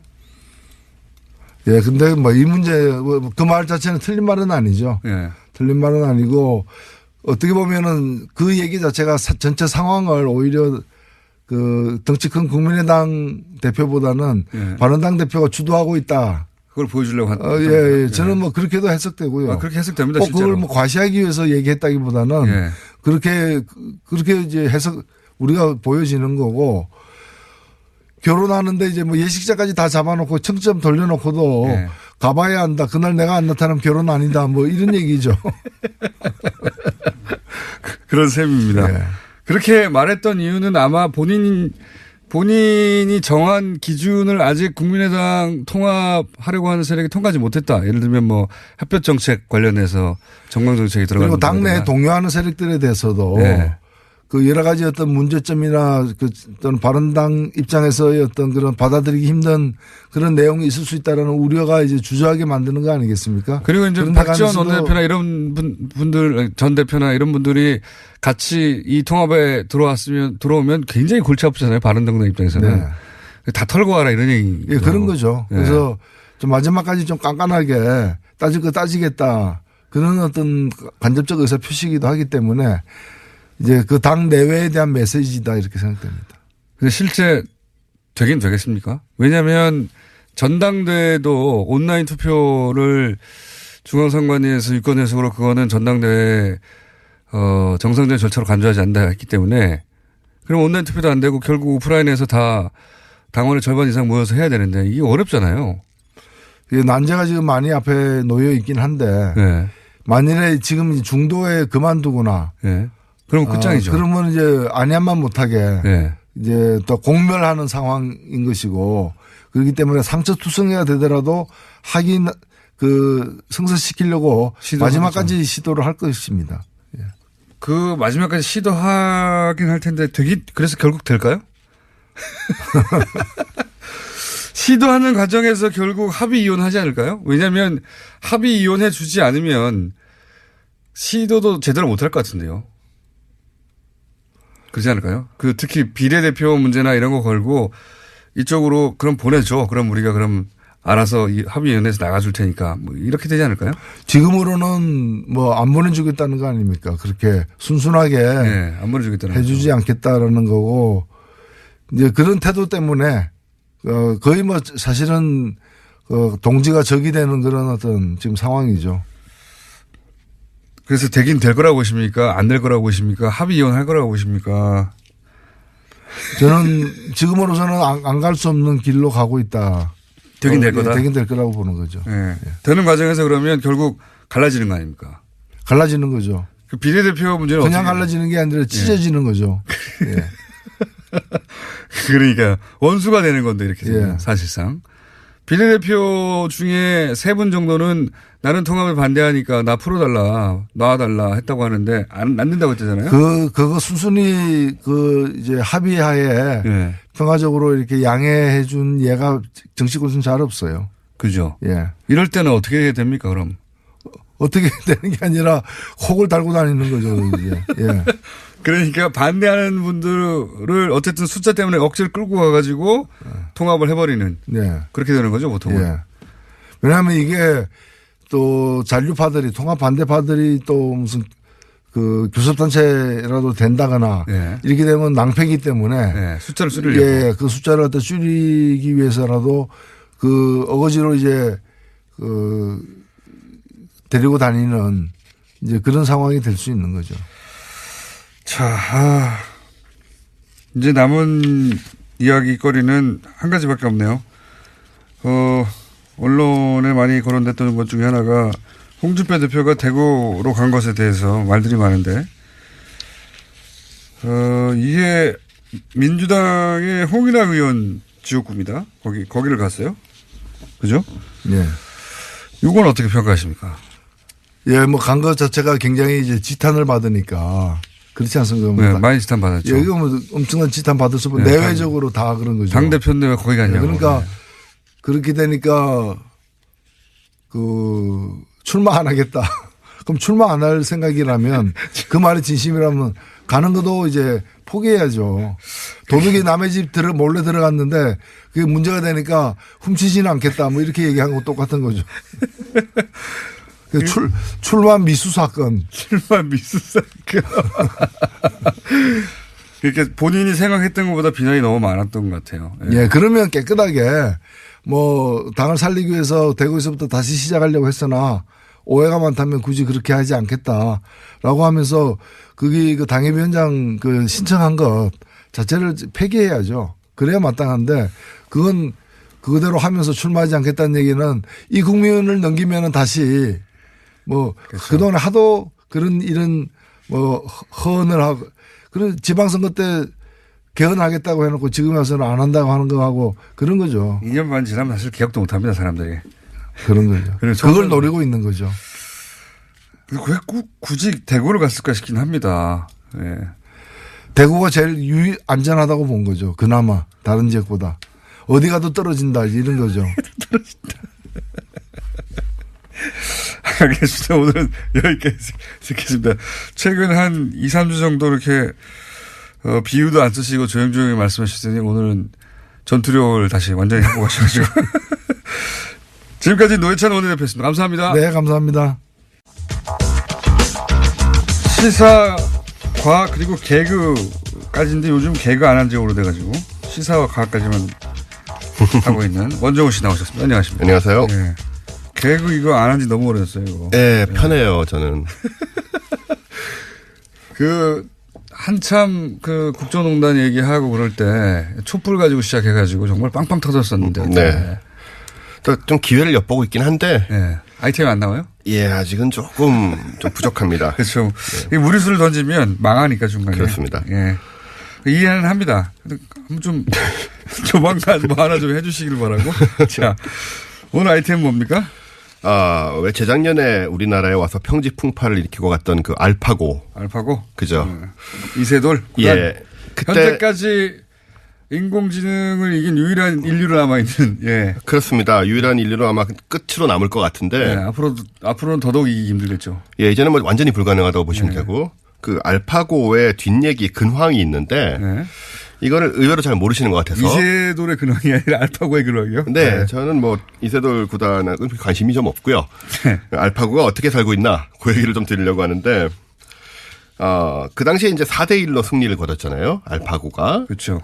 딱 한 번 이겼죠. 네. 이세돌 구단이 한 번 이기고 당시에 이 대국 전에 저희가 그 프로 구단하고 팟캐스트를 한 적이 있었어요. 네. 어떻게 전망하느냐. 네. 그때는 인간이 이긴다고 그랬죠, 다들. 이분이 말씀하시기를 인간이 한 번만 져도 인간의 패배다라는 그 비장함 이런 거를 갖고 말씀하시다가 대국이 진행되는 동안에는 인간이 한 번만 이겨도 인간의 승리다. 라고 이제 얘기가 바뀌는. 예.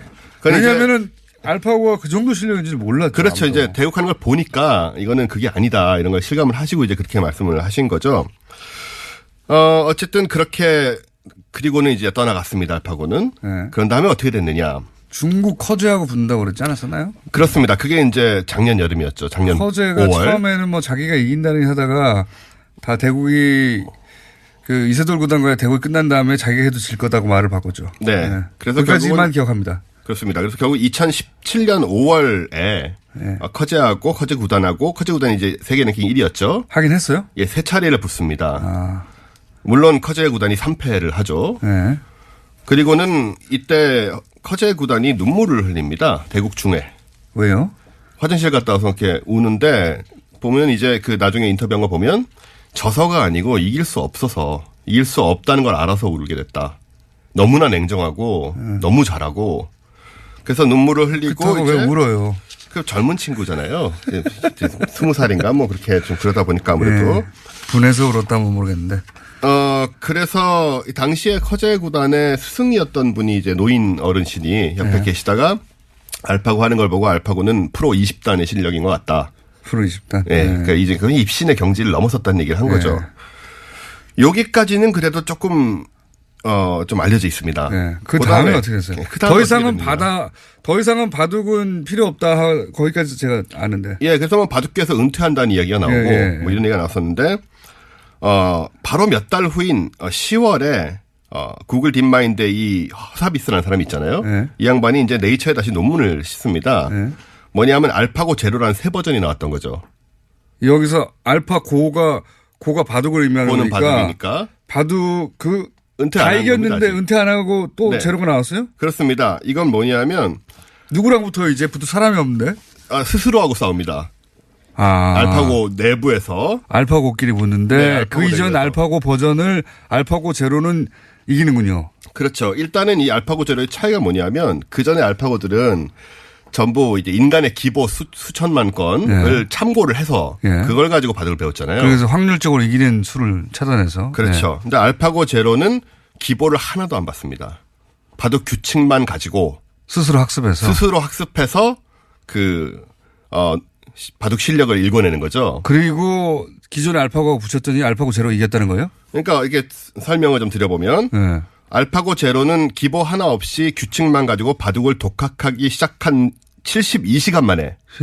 단 72시간 만에 이세돌을 이겼던 버전이었던 알파고 리예요. 그게 버전이.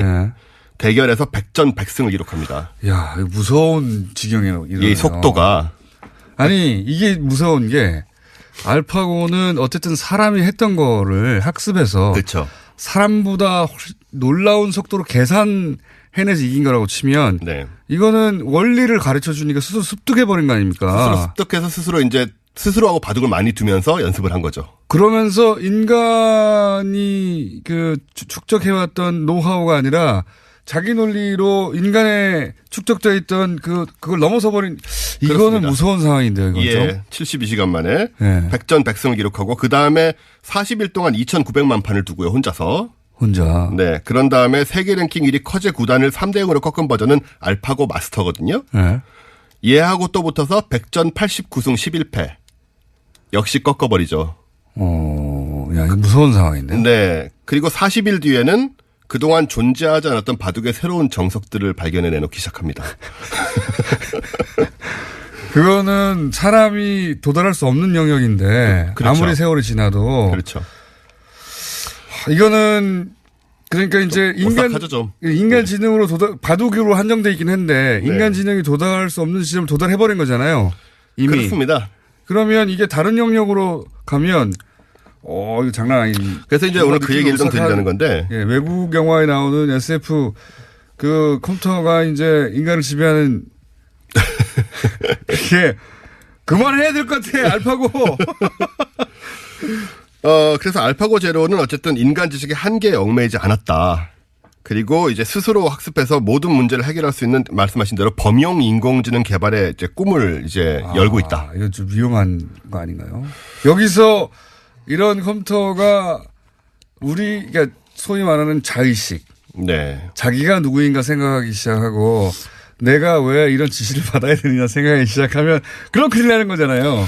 사실 자의식까지 없어도 되고요. 네. 자기가 생각하기에 가장 좋은 해법이라는 거 뭔가 결론을 지어버리고 네. 거기에 대한 권력이랄까 뭐 어떤 능력을 갖고 그걸 해결해 버릴 실제적인 능력을 갖고 있다 망 안에서. 아니 지구를 위해서는 이게 더 좋은데 인간이 너무 오염을 많이 시키고 있잖아. 거기에는 컴퓨터의 입장에서는 인간이 자기를 만들었다는 건 중요하지 않고, 예. 그럴 수 있는 거 아닙니까? 그런 우려가 계속 있어 왔죠. 근데 이제 컴퓨터가 이 정도로 빨리 발전하는 걸 보면서는 이제 좀 다른 이제 실감이 나기 시작하는 그런 면이 있는데. 그게 곧 자의식이죠, 사실은. 네. 자기가 스스로 인간의 명령 없이 판단해버리는 게. 네, 어쨌든. 그래서 이제, 데이터가 전혀 없는 영역에서 인간 능력을 뛰어넘고 있다라는 것이고요. 네. 근데 여기서 그친 것이 아닙니다. 그래요? 또 있어요? 예. 작년 가을이니까 불과 이 논문이 나오고 한 한두 달 후에 또 이 딥마인드가 알파고 제로에서 바로 우리가 우려했던 대로 바둑을 의미하는 고를 뺍니다. 그래서 알파 제로가 나오게 되죠. 그 얘기는 더 이상 바둑에 한정되지 않겠다. 그러니까요. 예. 그런 뜻이고. 과학자들이 자기들이 감당할 수 없는 영역까지 가는 것 같은데. 그래서 알파 제로는 뭘 했냐? 뭘 했습니까? 일단 일본 장기인 쇼기라는 게 있습니다. 네. 룰만 입력합니다. 역시. 네. 강화 학습을 합니다. 네. 2시간 후 알파고는 세계에서 가장 강한 쇼기 인공지능 엘모를 앞질러 버립니다. 단 2시간 만에. 규칙만 알려줬는데. 예, 단 2시간 만에. 그 쇼기 룰에 최적화돼서 개발되었던 컴퓨터를 네. 2시간 만에 이겨버린다. 스스로 공부해서. 그렇습니다. 야. 그리고 체스를 또 가르쳤습니다. 네. 역시 4시간 만에 세계에서 가장 강한 체스 AI인 스톡피쉬를 이겨버립니다. 그러니까요. 이거는 이거 조심해야 될 것 같다는 생각이 자꾸 드는데. 그리고요. 그다음에 바둑을 다시 가르쳤죠, 얘한테. 네. 얘는 바둑을 전혀 모르는 상태잖아요. 네. 알파 제로는. 바둑만을 위했던 알파고 제로가 아니라 그쵸. 이제는 알파 제로 범용을 만든 다음에 거기에 바둑을 가르쳐 봤어요. 가르쳐 봤죠. 그랬더니 이세돌 구단과 대결 버전인 알파고 리를 이기는 데는 8시간이 소요됐고. 혼자서 해서. 네. 그다음에 알파고 제로 좀 전에 네. 백전백승했던 걔를 24시간 만에 또 이겨버려요. 이게 이제 그동안 일어난 일입니다. 알파고 제로도 무서웠는데 네. 바둑에 최적화된 게 아니라 범용으로 만든 다음에 알파 제로 네. 그걸 바둑을 한번 가르쳐 봤더니 또 바둑에 최적화됐던 AI를 또 이겨버렸다. 24시간 만에 터미네이터 나오겠어요, 진짜로. 이거 그만해, 구글. 그만해, 이게. 생각해보세요. 이게 2018년의 이야기인데 2028년쯤 되면 어떻게 될지 모릅니다, 진짜. 그러니까요. 지금 알파제로는 좀 다른 AI하고 비교해서 좀 어떤 느낌이 있냐면 사람처럼 사고하는 양상이 보여요. 왜냐하면 원래 스톡핏이나 엘모나 이런 다른 앞에 그런 컴퓨터들은 굉장히 많은 경우의 수를 뭐 초당 몇 천만 개씩. 그렇죠. 사람보다 빨리 계산하는 거 아닙니까? 그거는. 그렇죠. 예. 대체적으로 이제 그게 중요한 건데 그렇게 초당 7천만 개, 뭐 3,500만 개 이런 식으로 이 체스 컴퓨터 같은 것이 계산을 할 때 알파제로는 8만 개만 봅니다. 그러니까 집중해가지고 골라서 8만 개만 딱 연구를 하고 그러니까 1000분의 1 수준이거든요. 그러니까 모든 경우 수를 따지는 게 아니라 본인이 그렇죠. 판단해서 꼭 필요한 계산만 한다. 네. 그게 집중을 하고 거기에만 집중을 해서 계산을 하고 그래서 하나하나에 대한 생각이 길어지는 거고 결국은 사람처럼 생각이 길어질수록 결과물의 질이 향상되는 그런 모습을 보이고 있다. 이게 이런 바둑이나 체스 말고 지금까지는 다른 분이 어디에 적용됐는지 아직 안 나왔죠. 알파고는 아직 그걸 하고 있지 않은데요. 알파제로. 예, 알파제로는 아직 하고 있지 않은데 어쨌든 이걸 보면 이제 거의 상당부 게임 상황을 넘어서서 굉장히 많은 것에 범용화할 수 있지 않을까. 그리고 그걸 목표로 하는 건 분명하고요, 구글이. 이제 범용화라는 거는 이런 얘기잖아요. 알파제로가 세상 온갖 일에서 답을 찾아내 보려고 할 것이다. 그렇겠죠, 당연히. 그래서 뭐 우리 인류 문명의 문제들 있지 않습니까? 뭐 경제, 범죄, 예, 교통, 행정, 뭐 5만 가지 문제가 있는데 네, 특히 질병 같은 경우는 먼저 투입해보겠죠. 그렇죠. 그래서 인간 대신 효과적인 답을 찾아낼 가능성이 매우 커졌죠, 이제는. 우주 비행 뭐 이런 거. 네, 이제 우리 인간이 인간만이 할 수 있는 생각이 있다 이런 거는 바둑으로 이미 깨진 거니까 그런 이제 여러 가지 판단을 하려고 들 텐데 우리 문제가 뭐냐면요. 이 알파제로가 어떤 이유로 답을 제시하는지 그걸 우리가 알 수가 없습니다. 이 특성상. 그렇겠죠. 예, 우리의 머리와 우리의 그렇죠. 능력으로는 알파제로가 예를 들어서 아주 엉뚱한 뭐 제가 예전에 했던 얘기인데 뭐 소행성이 지구에 이제 막 날라오는데 거기에 대한 해법으로 우린 별 생각을 다 하지 않겠습니까? 미사일 쏘고 뭐 예. 그런 거 얘기하잖아요. 그래서 알파제로가 전혀 엉뚱한 얘기를 할 수가 있잖아요. 예를 들어서 뭐 자유의 신성을 없애라. 그럼 우리로서는 전혀 이해가 안 되지만 네. 얘는 뭔가 이유가 있으니까 말했을 건데 그 이유가 있으면 우리는 사람한테 물어볼 수가 있지 않습니까? 네. 무슨 이유냐. 우리는 얘한테 물어볼 수가 없습니다. 이해할 수도 없고. 거기에 그런 상황들이 벌어졌을 때 우리의 한정된 논리와 상식을 믿을 것이냐. 우리의 무능을. 아니면 항상 문제를 해결해왔던 이 컴퓨터를 더 신뢰할 것이냐. 이유도 모르면서 따라갈 것이냐. 이런 문제가 멀지 않은 미래에 곧 등장할 거라는 거죠. 뭐 그것도 그렇지만 저는 그거보다 더 근본적으로 사람이 다 통제할 수 있다고 하는 오만이 있는데 네. 항상 인간이 이제 크게 망할 때 통제할 수 없는 걸 인간이 만들어내고 있는 게 아닌가 싶다는 거죠. 근본적으로 점점. 그렇죠. 사실 SF 같은 그런 우려가 드는 것도 사실이고 네. 그래서 뭐 스티븐 호킹이나 뭐 앨런 머스크 같은 사람들은 인공지능 이거 그만해야 된다. 저도 얘기를 그런 하고 있습니다. 있습니다. 네. 왜냐하면 인간의 지능이 도달할 수 없는 영역까지 이미 가서 이미 갔죠. 특정 분야지만 네. 이미 가 있는데 이걸 인간이 통제할 수 있다고 착각하는 순간 이걸 넓게 범용으로 적용하는 순간 큰일 날 것 같은데 아무리 생각해도. 근데 뭐 기술 개발을 우리가 또 막을 방법은 없고 계속 진행은 되네요. 잘 모르겠습니다. 또 너무 겁을 들인 게 아닌지 또 걱정도 되고. 아니 근데 실제 벌어지고 있는 일이니까요. 네. 네. 자, 요거는 이제 잘 모르는 원종우 씨 얘기니까 인공지능 진짜 전문가를 모시고 한번 얘기해 봐야 되겠네요. 네. 네. 여기까지 하겠습니다. 원종우 씨였습니다. 네, 감사합니다. 내일 뵙겠습니다. 안녕.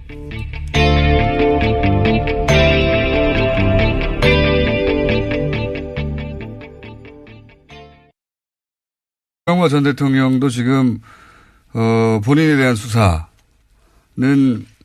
인권 침해라는 거잖아요. 네, 검사의 인권 옹호 의무가 있는데 이를 위반했기 때문에 직권남용에 해당한다라는 주장입니다. 하지만 검사 탄핵하려면 국회에서 탄핵 소추안이 발의되는데 쉽지 않습니다. 쉽지 않은 거는 상관이 없고, 예, 그렇게 이제 시끄럽게 만들겠다는 것 같은데 자유한국당이 이제 요 플랜대로 가주는지 한번 지켜보자고요. 과연 검사 탄핵을 국회에서 추진할지. 저는 이건 진짜 무리수라고 보는데 어쨌든 이명박 전 대통령이 다스 수사를 인권침해라고 몰아가는 건 진짜 대단한 상상력이네. 이 법률팀도. 박근혜 전 대통령 못지 않은데요. 그때 법률팀. 예, MH그룹이라고요. 예. 여전히 그러한 주장들을 하고 있습니다. 재밌습니다. 네. 코믹합니다. 자, 다음 뉴스는요. 네, 어제 정호영 전 특검 관련된 의혹도 전해드린 바가 있는데요. 어제 자신과 관련된 의혹을 또다시 전면 부인했습니다. 11장짜리 보도자료를 냈는데요. 당시 수사 과정에서 발견된 120억 원 관련 수사는 특검 수사 대상이 아니라 발표하지 않았다라는 겁니다. 그러면서 모든 사건 기록들을 철저하게 검찰에 다 넘겼다라면서 이명박 전 대통령이 다수 주식 지분을 차명 보유한 증거는 없었다라고 주장하고 있습니다. 이건 뭐 동부지검 팀에서 응답할 내용인 것 같고요. 저는 그저께인가요? 한번 얘기했지만 문자로도 왔었고 다스 검사들 탄핵한다고 하고 인권침해라고 하거나 자꾸 얘기하는데 다스 자기 거 아니라면서요. 자기 거 아닌 거 수사하는데 왜 이렇게 난리예요. 본인이 자기는 아무 상관없다면서 이게 앞뒤가 안 맞는 겁니다. 자기 게 아닌데 이렇게 화를 내고 인권 침해라고 하는 게 자기 거란 얘기죠. 거꾸로. 자기 게 아니면 가만히 있으면 되는데. 자, 다음 순 뭡니까? 네, 박근혜 전 대통령의 재산 40여억 원에 대해서 유영하 변호사가 가지고 있다는 사실 뒤늦게 드러났는데요. 이것을 변호사 선임 비용이라고 주장하고 있습니다. 이에 대해서 논란이 확산되고 있는데요.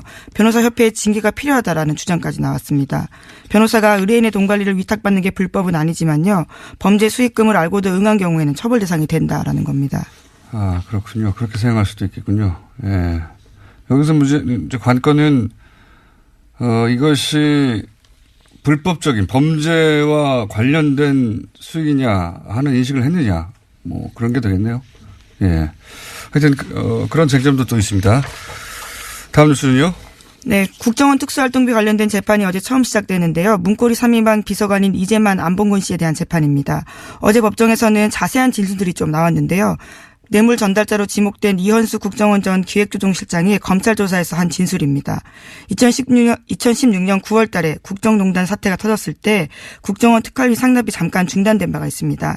이에 대해서 안봉근 전 비서관이 박근혜 전 대통령이 추석 명절 앞두고 금전적으로 힘들어한다라고 이야기하니까 이현수 전 실장이 2억 원 줬다라는 건데요. 그러면서 안 전 비서관이 다시 연락해와서 VIP가 흡족해하면서 우리 사정을 국정원에서 챙겨주는 것이냐라고 말했다고 합니다.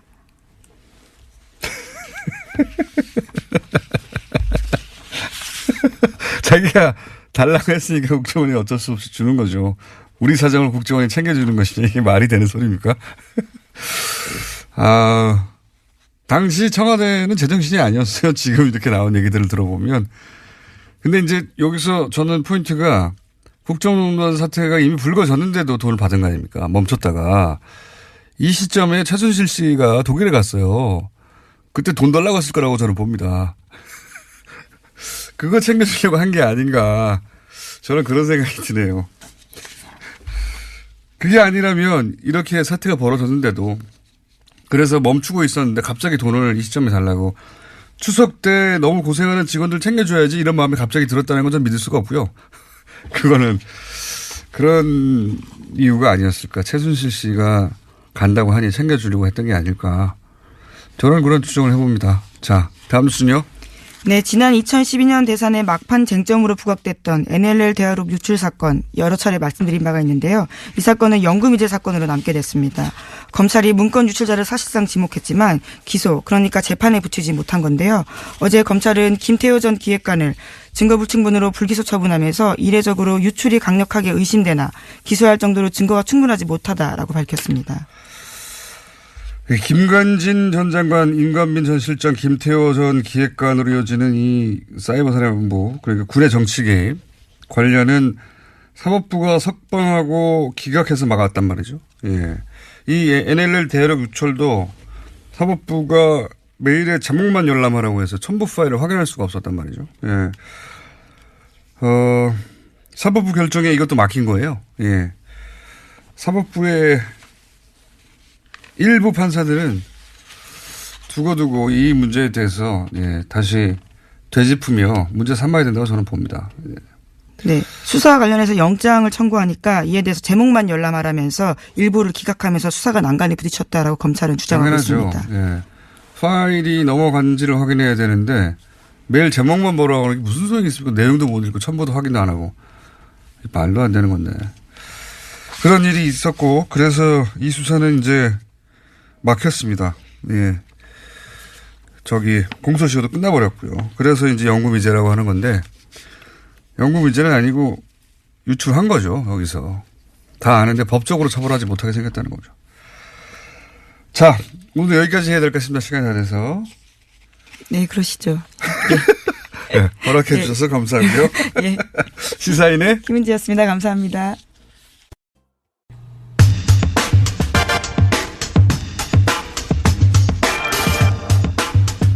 어제 경우가 있었죠. 그렇군요. 이 군사 당국 회담 개최를 합의했는데 뭐 그 보수 매체에서는 이게 진짜다. 그러니까 결국 북핵 문제를 해결하지 못하는 비핵화를 하지 못하는 이 대표단 파견 그러니까 올림픽 참가가 무슨 의미가 있느냐까지 극단적으로 얘기하는데 이 군사 당국 회담 개최가 올림픽하고 무관하게 앞으로도 계속 되는 겁니까? 그건 몇 번 더 할 것 같아요. 올림픽은 이제 패럴림픽까지 포함해도 3월 중순이면 끝나잖아요. 그렇죠. 얼마 안 남았는데. 예. 근데 이제 이번 봄에 훈련은 연기하기로 했으니까 그 회담 기간 중에 올림픽 기간 중에는 군사회담이 한반도 비무장지대 내에서의 군사적 긴장 완화하는 그쪽에 초점을 맞추겠지만 그 올림픽이 끝나고 나면 아마 한미연합 훈련과 관련돼서 경론이 좀 있지 않겠는가 그런 생각입니다. 올림픽이 끝난 이후로는. 예. 그때는 이제 본격적으로 그거 가지고 실내기를 할 거예요. 그리고 우리가 이제 설 전에 이 남북 이산가족 상봉을 좀 하자고 했는데 이건 북한은 왜 안 했을까요?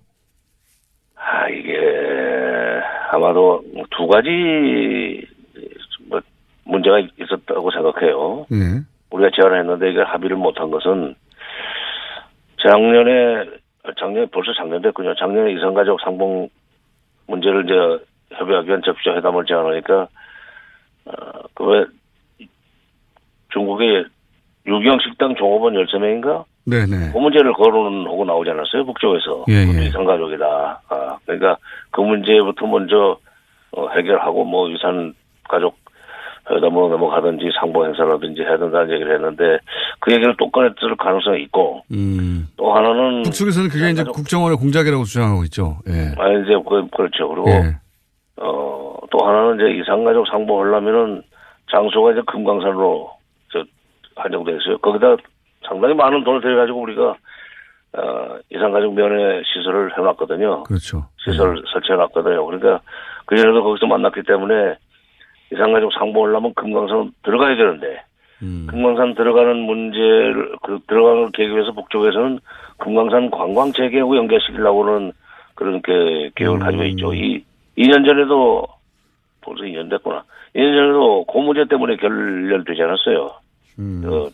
차관급 회담이. 그러니까 이번에 금강산 관광과 이산가족을 연계하느냐. 그다음에 이산가족 상봉 행사 전에 식당 여종업원 문제를 어떻게 할 것이냐는 것 가지고 접점이 만들어지지 않으면 공동 보도문에는 못 들어가죠. 이번에 그것 때문에 시간 좀 걸리지 않았나 하는 생각이 들어요. 종결회의가 굉장히 오래 걸리더라고요. 통상 글자 수는 몇 개 없는데. 그러니까 글자 수는 몇 개 없는데 그렇게 오래 걸렸다는 거는 이렇게 정치적 문제가 있었을 것이다. 네, 그다음에 이제 핵 문제 가지고 아마 저쪽에서 긴 얘기 했을 거고 보도문에는 안 들어갔지만. 핵 문제 가지고 지금 시비 걸지 마라 뭐 이런 얘기. 예. 그런 걸 예상하시는군요. 이 군 통신선이 복원됐다는 건 또 어떤 의미입니까? 그 장관님이 보시기에. 이게 상시 대화 채널이라고 봐야 되는데 이 군 통신선은 용도가 군사 당국 간의 통신도 하는 거지만 원래 그 만들 때는 이 철도도로 연결 공사를 위해서 이게 통문을 열고 들어가야 되는 출입을 해야 되는 문제가 있잖아요.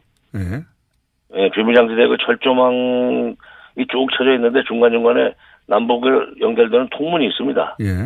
통문의 개방 시간, 그 다음에 통과 인원 등등을 서로 주고받는, 통보하는 그런 채널로 2002년 9월 달에 남북 철도로 연결하면서 그걸 개설했어요. 그거이기 때문에 요거는 개성공단 출입, 그 다음에 금강산 출입, 이 용도로 아마 저쪽에서 군 통신선을 먼저 복원을 해놓은 것 같다는 느낌입니다. 알겠습니다. 이거는 거기까지 가려고 그러는 거죠. 네. 그렇군요. 그런 의도가 뒤에 깔려 있을 것이다. 이건 진짜 북한 전문가가 아니면 알 수 없는 내용이네요. 장관님, 오늘은 여기까지 하고요. 또 모시겠습니다. 아니, 너무 자작하면은, 이 정치자들이 싫어해요. 앉으라고 재밌습니다. 앉으라고 재밌는데, 장관님 이상으로 이거 해주실 분이 없어가지고. 근데 제가 새벽에 끼웠나 봅니다. 죄송합니다. 오늘 여기까지 하겠습니다. 정세현 전 통일부 장관이었습니다.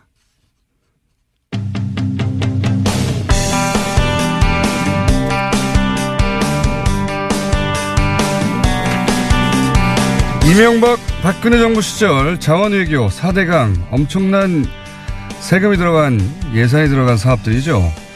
그런데 이 사업들에 관한 기록물이 거의 없다. 문재인 정부 들어서 처음으로 공공기관 기록물 실태조사를 진행한 한국국가기록원 이소연 원장님 전화 연결했습니다. 안녕하십니까? 안녕하세요. 네, 반갑습니다. 오랜만입니다. 예, 보고 싶었습니다. 네. 그러니까 못 보지만. 기억하실지 모르겠는데 작년에 뉴스공장에 출연하셔가지고 박근혜 정부 시절 청와대 문서 관리 엉망이다. 예. 그런 얘기를 해주셔가지고 큰 웃음을 주셨었는데 그런데 국가기록원장에 취임하셨더라고요. 일단 축하드리고요. 고맙습니다. 공무원이 아닌 민간인이 수장이 된 건 처음이라고 제가 들었는데 맞습니까? 맞습니다. 46년. 안녕하세요. 김어준입니다. UAE 논란의 실체가 밝혀졌습니다.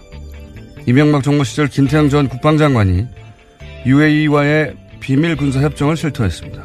유사시 한국군 자동 개입을 약속했다는 겁니다. 비밀리에 한 이유는 섣불리 국회로 가져가면 안 될 것 같아서. 자동 개입까지 약속한 이유는 어차피 UAE는 전쟁이 일어나지 않는 나라니까. 또 실제로는 국회 동의 없이는 파병할 수 없으니까. 이건 한마디로 미친 짓입니다. 헌법상 국회 비준이 필요한 조약을 몰래 협약 형태로 체결해 국회와 국민을 속였고 또 실제로는 국회 비준 없인 파병할 수 없는 것인데도 협정을 맺어 UAE에게도 사기를 친 거죠. 더 황당한 건 이 일을 자신이 책임지고 했다는 태도입니다. 1400년 넘는 순위 시아파 갈등을 자기가 해결할 수 있습니까? 중동 전쟁을 자기가 막을 수 있답니까? 뭘 어떻게 책임집니까? 그리고 대통령은 몰랐다는데 이게 말이나 되나요? 군 통수권자인 대통령도 모르게 군의 파병을 결정합니까? 그건 구태타죠. 도대체 말이 되는 소리를 해야죠. 국가 안보를 그렇게 중요하게 생각하는 보수정당, 보수 매체들은 이 사태에 뭐 하고 있습니까? 이명박 전 대통령과 그 시절 국방장관들 모두 국정조사하자고 발칵 뒤집어져서 뒤로 나자빠질 일 아닙니까 이거? 다들 어디 갔나요? 김호준의 궁금증이었습니다.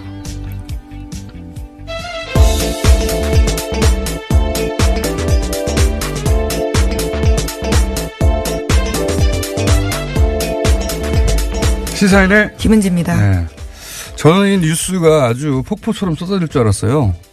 근데 뉴스가 별로 없어요. 이게 좀 말도 안 되는 상황이거든요. 다른 거 하기 전에 이 얘기부터 해야 되겠어요. 임기가 1년 3개월 정도 됐거든요. 김태형 장관이. 네, 국방부 장관 시절에요. 네, 자기 임기가 뭐 100년도 아니고 군 통수권자도 아니고 일개 장관이 이걸 어떻게 다 책임져요. 말도 안 되는 소리. 일개 장관이 국회에 거짓말하고 국민도 속이고 상대 국가한테도 사기를 치고 그걸 또 군 통수권자인 대통령도 모르겠다. 이걸 믿으라는 겁니까? 이게 말이 되는 소리예요? 아니, 군대를 보내게 되면 군 통수권자가 하는 거죠. 그것도 국회도 통과해야 돼요. 이걸 어떻게 대통령도 모르게 했다. 이 말을 믿으라는 건지. 제가 보기에는 김태형 전 장관이 독박을 쓰는 걸로 시나리오가 마련된다 본데 말도 안 되는 거예요. 그리고 이 모든 게 국익을 위해서 그랬다. 국익이 뭡니까? 돈이네요, 돈. 여기서 말하는 국익은.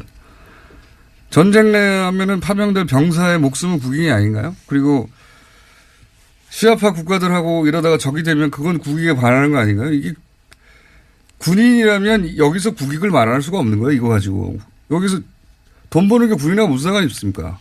군인은 군의 안전과 안보 생각하는 거예요. 이런 논리는 장사꾼들의 논리지 군인의 논리가 아니에요. 근데 이제 종편에서는 이런 이야기가 김태형 전 장관은 누구 군인답다 이런 말도 하더라고요. 말도 안 되는 소리. 보수가 어머 사격을 해주기로 했나 본데 혼자 독박을 쓰고 웃기지도 않는 소리입니다. 이건 정말. 더 화가 나는 거는 이 보수 매체들이 그 UAE 처음 문제 제기할 때 아주 그냥 거품을 물고 뉴스를 쏟아냈잖아요. 포털에도 막 기사가 넘쳐났고. 근데 지금 이렇게 엄청난 일이 벌어졌는데 조용해요. 네. 아주 비관합니다. 지금 미디어 환경이 이런 수준입니다. 전 아침이면 기사가 아주 폭포수준 쏟아질 줄 알았더니 없어요. 예. 아주 나쁜 놈들. 첫 번째 뉴스가 뭡니까? 네. 먼저 이 소식부터 전해드리겠습니다. 어제 남북 고위급 회담에서 북한 대표단의 평창 동계올림픽 파견 등이 합의됐습니다. 또 군사적 긴장 상태를 해소하기 위해서 군사당국 회담을 개최한다는 데도 합의했습니다. 남북은 이런 내용을 포함한 3개의 항에 공동보도문을 채택했습니다. 이건 또 해설은 저희 정세현 전 장관이 또 기다리고 계시기 때문에 그때 자세한 해설을 들어보도록 하겠습니다. 하여튼 뭐 예상보다 빠른 속도로 이것저것 합의되고 있다. 물론 뭐 아직 합의되지 않고 있는 부분도 있고 그거 걸림돌이 되는 부분도 있겠죠. 이제 군사적 문제라든가 이런 건. 네, 그래서 2차 고위급 회담의 개최 시기와 장소 등은 추후 판문점 연락 채널을 통해서 협의하겠다라고 밝힌 바가 있습니다. 알겠습니다. 정세현 장관과 함께 의미나 내용을 짚어보기로 하고요. 자세한. 관련 뉴스가 또 있는 게 있습니까? 예, 북한이 어제 남북 고위급 회담에서 서해군 통신선을 개통했다라고 밝혔습니다. 그러면서 이는 최고 수뇌부, 그러니까 김정은 북한 노동당 위원장의 결심에 따른 것이다라고 설명했는데요. 서해군 통신원이 복원된 것은 1년 11개월 말입니다. 2016년 2월 달에 개성공단 가동 중단 때 판문점 연락관 채널과 함께 끊긴 바가 있습니다.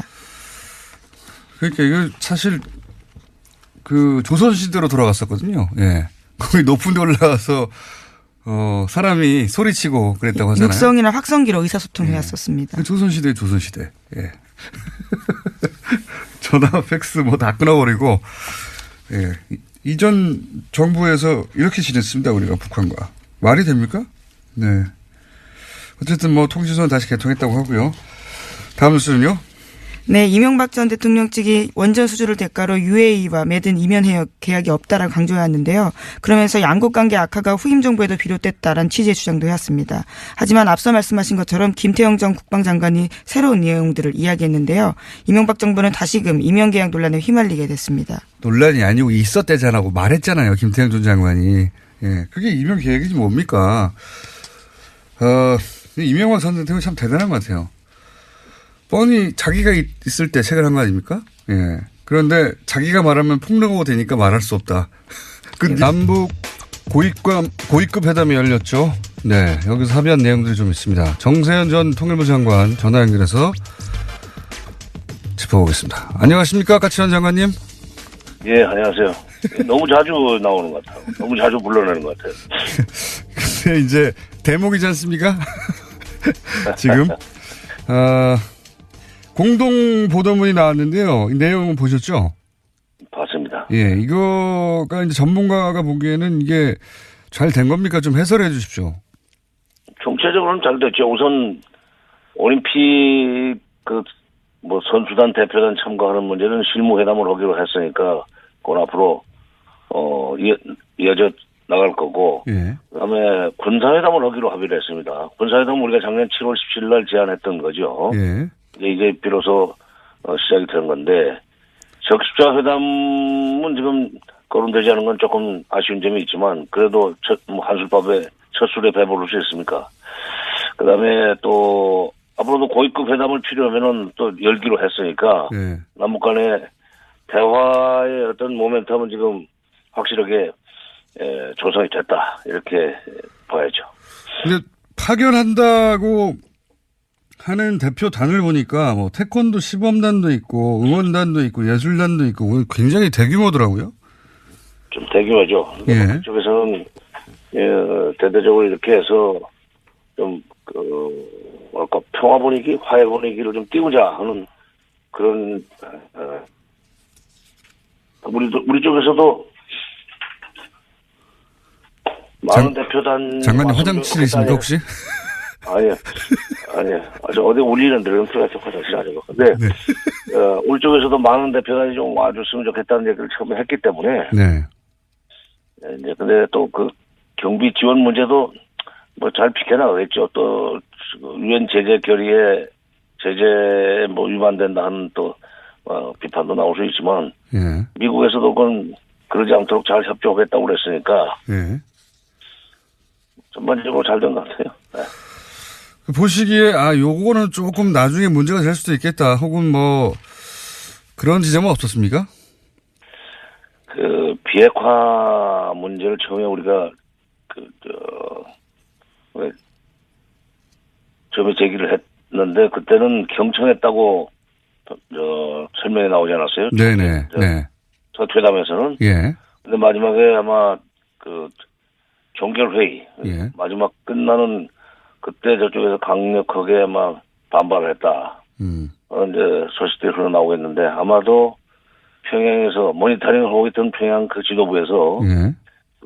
마지막에 종결회의에서 강력하게 문제 제기를 하라 하는 쪽지가 들어왔을 거예요. 쪽지가 아니라 그때는 전화죠. 전화로 지시가 왔을 거예요. 지금 그 남부 고위급 회담은 평양과 지금 청와대에 각각 실시간으로 전송이 되는 거죠.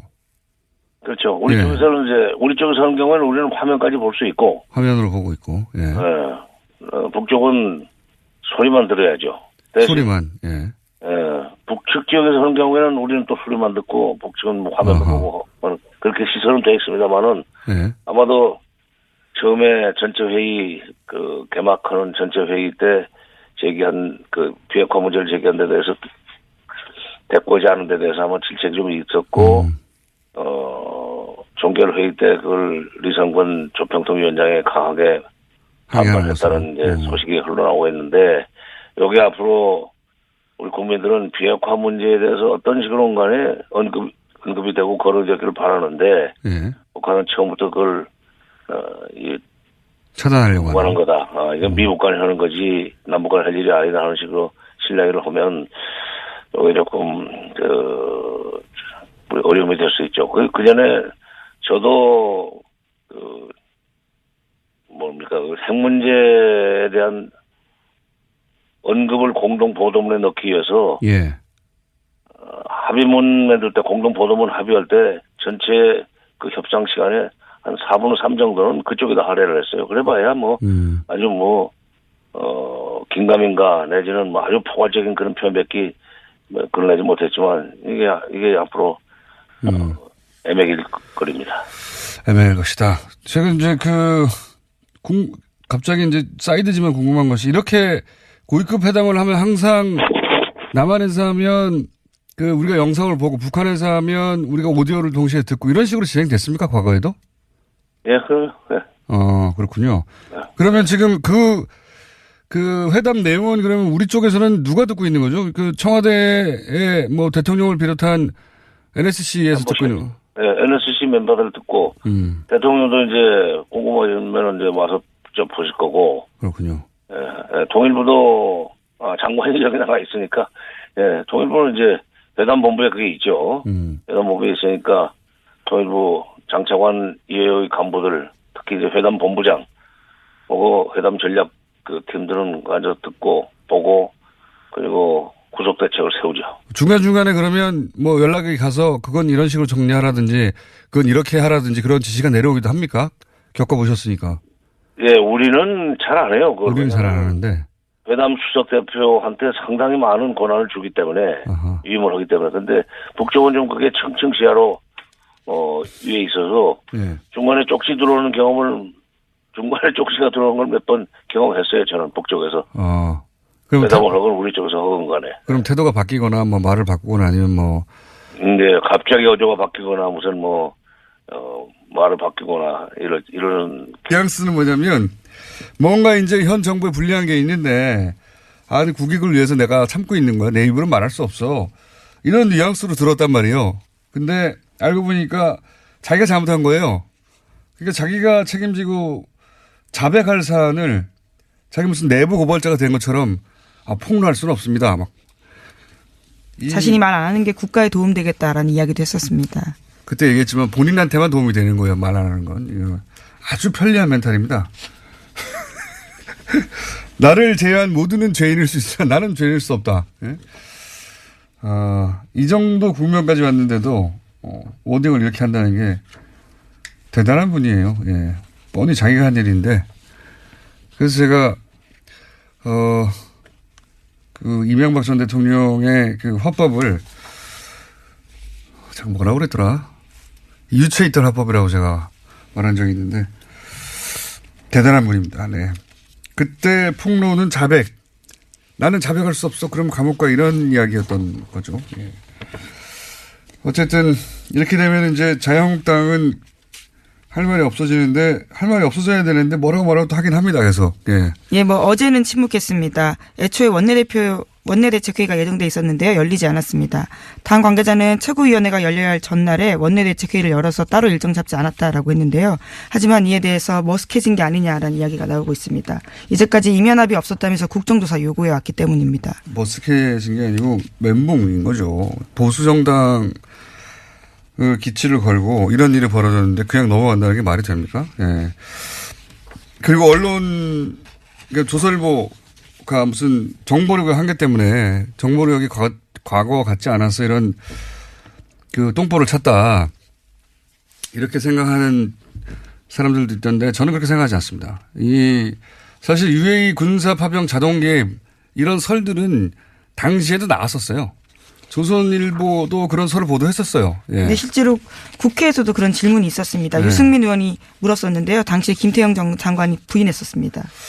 그거 저희 제작진이 저렇게 흥분한 거 보니까 충분했나 봐요. 잠깐 들어보겠습니다.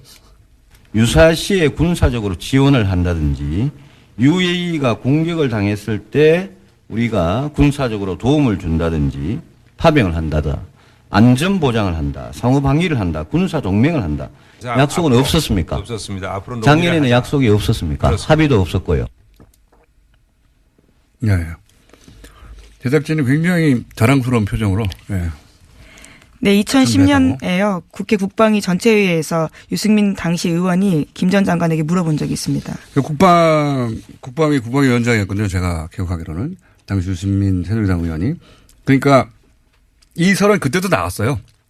나왔고 보도도 됐는데 이게 몰라서 이런 게 아니고 제가 이 관련 소설을 또 써보자면 하도 언론들도 많이 소설을 썼으니까 그 이명박 UAE 커미션 비리 이런 쪽으로 번질까봐 미리 선수를 친 게 아닌가.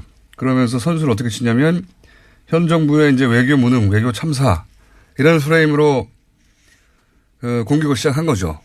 일제히 보수 매체들이. 그런데 이제 예상치 못하게 김종대 의원의 취재 그리고 주장, 폭로로 이게 뒤집어지게 된 거예요. 예. 그러면서 이제 김종대 의원은 사실은 홈런을 친 겁니다. 예. 네, 어제 또 추가적인 의혹까지 제기했습니다. 김종대 의원의 주장에 이제 더 신미서에 실릴 수밖에 없는 게, 한 말이 맞았거든요. 예. 김태형 전 장관이 인정했지 않습니까? 그러면서 UAE 국면이 일거에 뒤집어진 거예요. 정보력이 부족해서가 아니라 보수 매체들이 일치 단결해서 그렇게 만들어 버리려고 한 거죠. 그런데 이제 이런 사실이 튀어나오게 되고 그러면서 뒤집어지면서 이게 의도대로 안 흘러간 거지 몰라서 그랬던 게 아니다. 알고 그랬다. 저는 그렇게 생각합니다. 자, 다음 순요. 네, 유승민 바른정당 대표도 어제 자신의 입장을 밝혔는데요. 문재인 정부와 한국당이 서로의 약점을 덮기 위해서 비밀스럽게 담합하는 것을 보인다라고 주장했습니다. 그러면서 이에 대한 국정조사 계속하자고 주장하고 있습니다. 유승민 대표는 뭐랄까요. 네. 분명히 이제 공부도 많이 하고 합리적인 분이고 그런데 본인의 세계관이나 상상력을 벗어나는 일이 발생하면 이렇게 레코드판 튀듯이 이런 발언을 가끔 해요. 이렇게 갑자기 정부하고 한국당이 담합을 했다. 예. 예. 여당과 제1야당을 동시에 겨냥해야 하는 정치적 입장은 알겠는데, 예. 이런 수준으로 공격을 하면 역풍을 맞습니다. 정부와 한국당이 밀실 담합을 한 것으로 보인다. 약간 웃겼습니다. 이 논평은. 어쨌든 국정조사를 계속 하자는 주장이 있긴 있습니다. 이렇게 또. 다음 뉴스는 뭔가요? 네, 다스 관련된 소식 다시 전해드립니다. 이명박 전 대통령 참모들은 검찰 수사팀을 탄핵하는 방안까지 검토하고 있다고 채널A가 보도했습니다. 채널A가 이명박 전 대통령의 법률팀 보고서를 입수했다라고 하는데요. 여기에 따르면 이명박 전 대통령은 투트랙 전략을 세웠다고 합니다. 법률적으로는 청와대 고위관계자 출신 변호사를 선임한다라는 거고요. 정치적으로는 현재 수사 중인 검사들에 대한 탄핵이 검토됐다라고 합니다. 이미 10년 전에 검찰과 특검이 수사해서 무혐의 결론 내린 사안에 대해서 재수사하는 거는 정치보복으로 인권을 침해하고 있다라는 주장입니다. 박근혜 대통령 때도 그러지 않았습니까? 예. 박근혜 대통령이 탄핵 대상이 됐을 때 관련 수사에 대해서 인권 침해다라고 주장했었는데 지금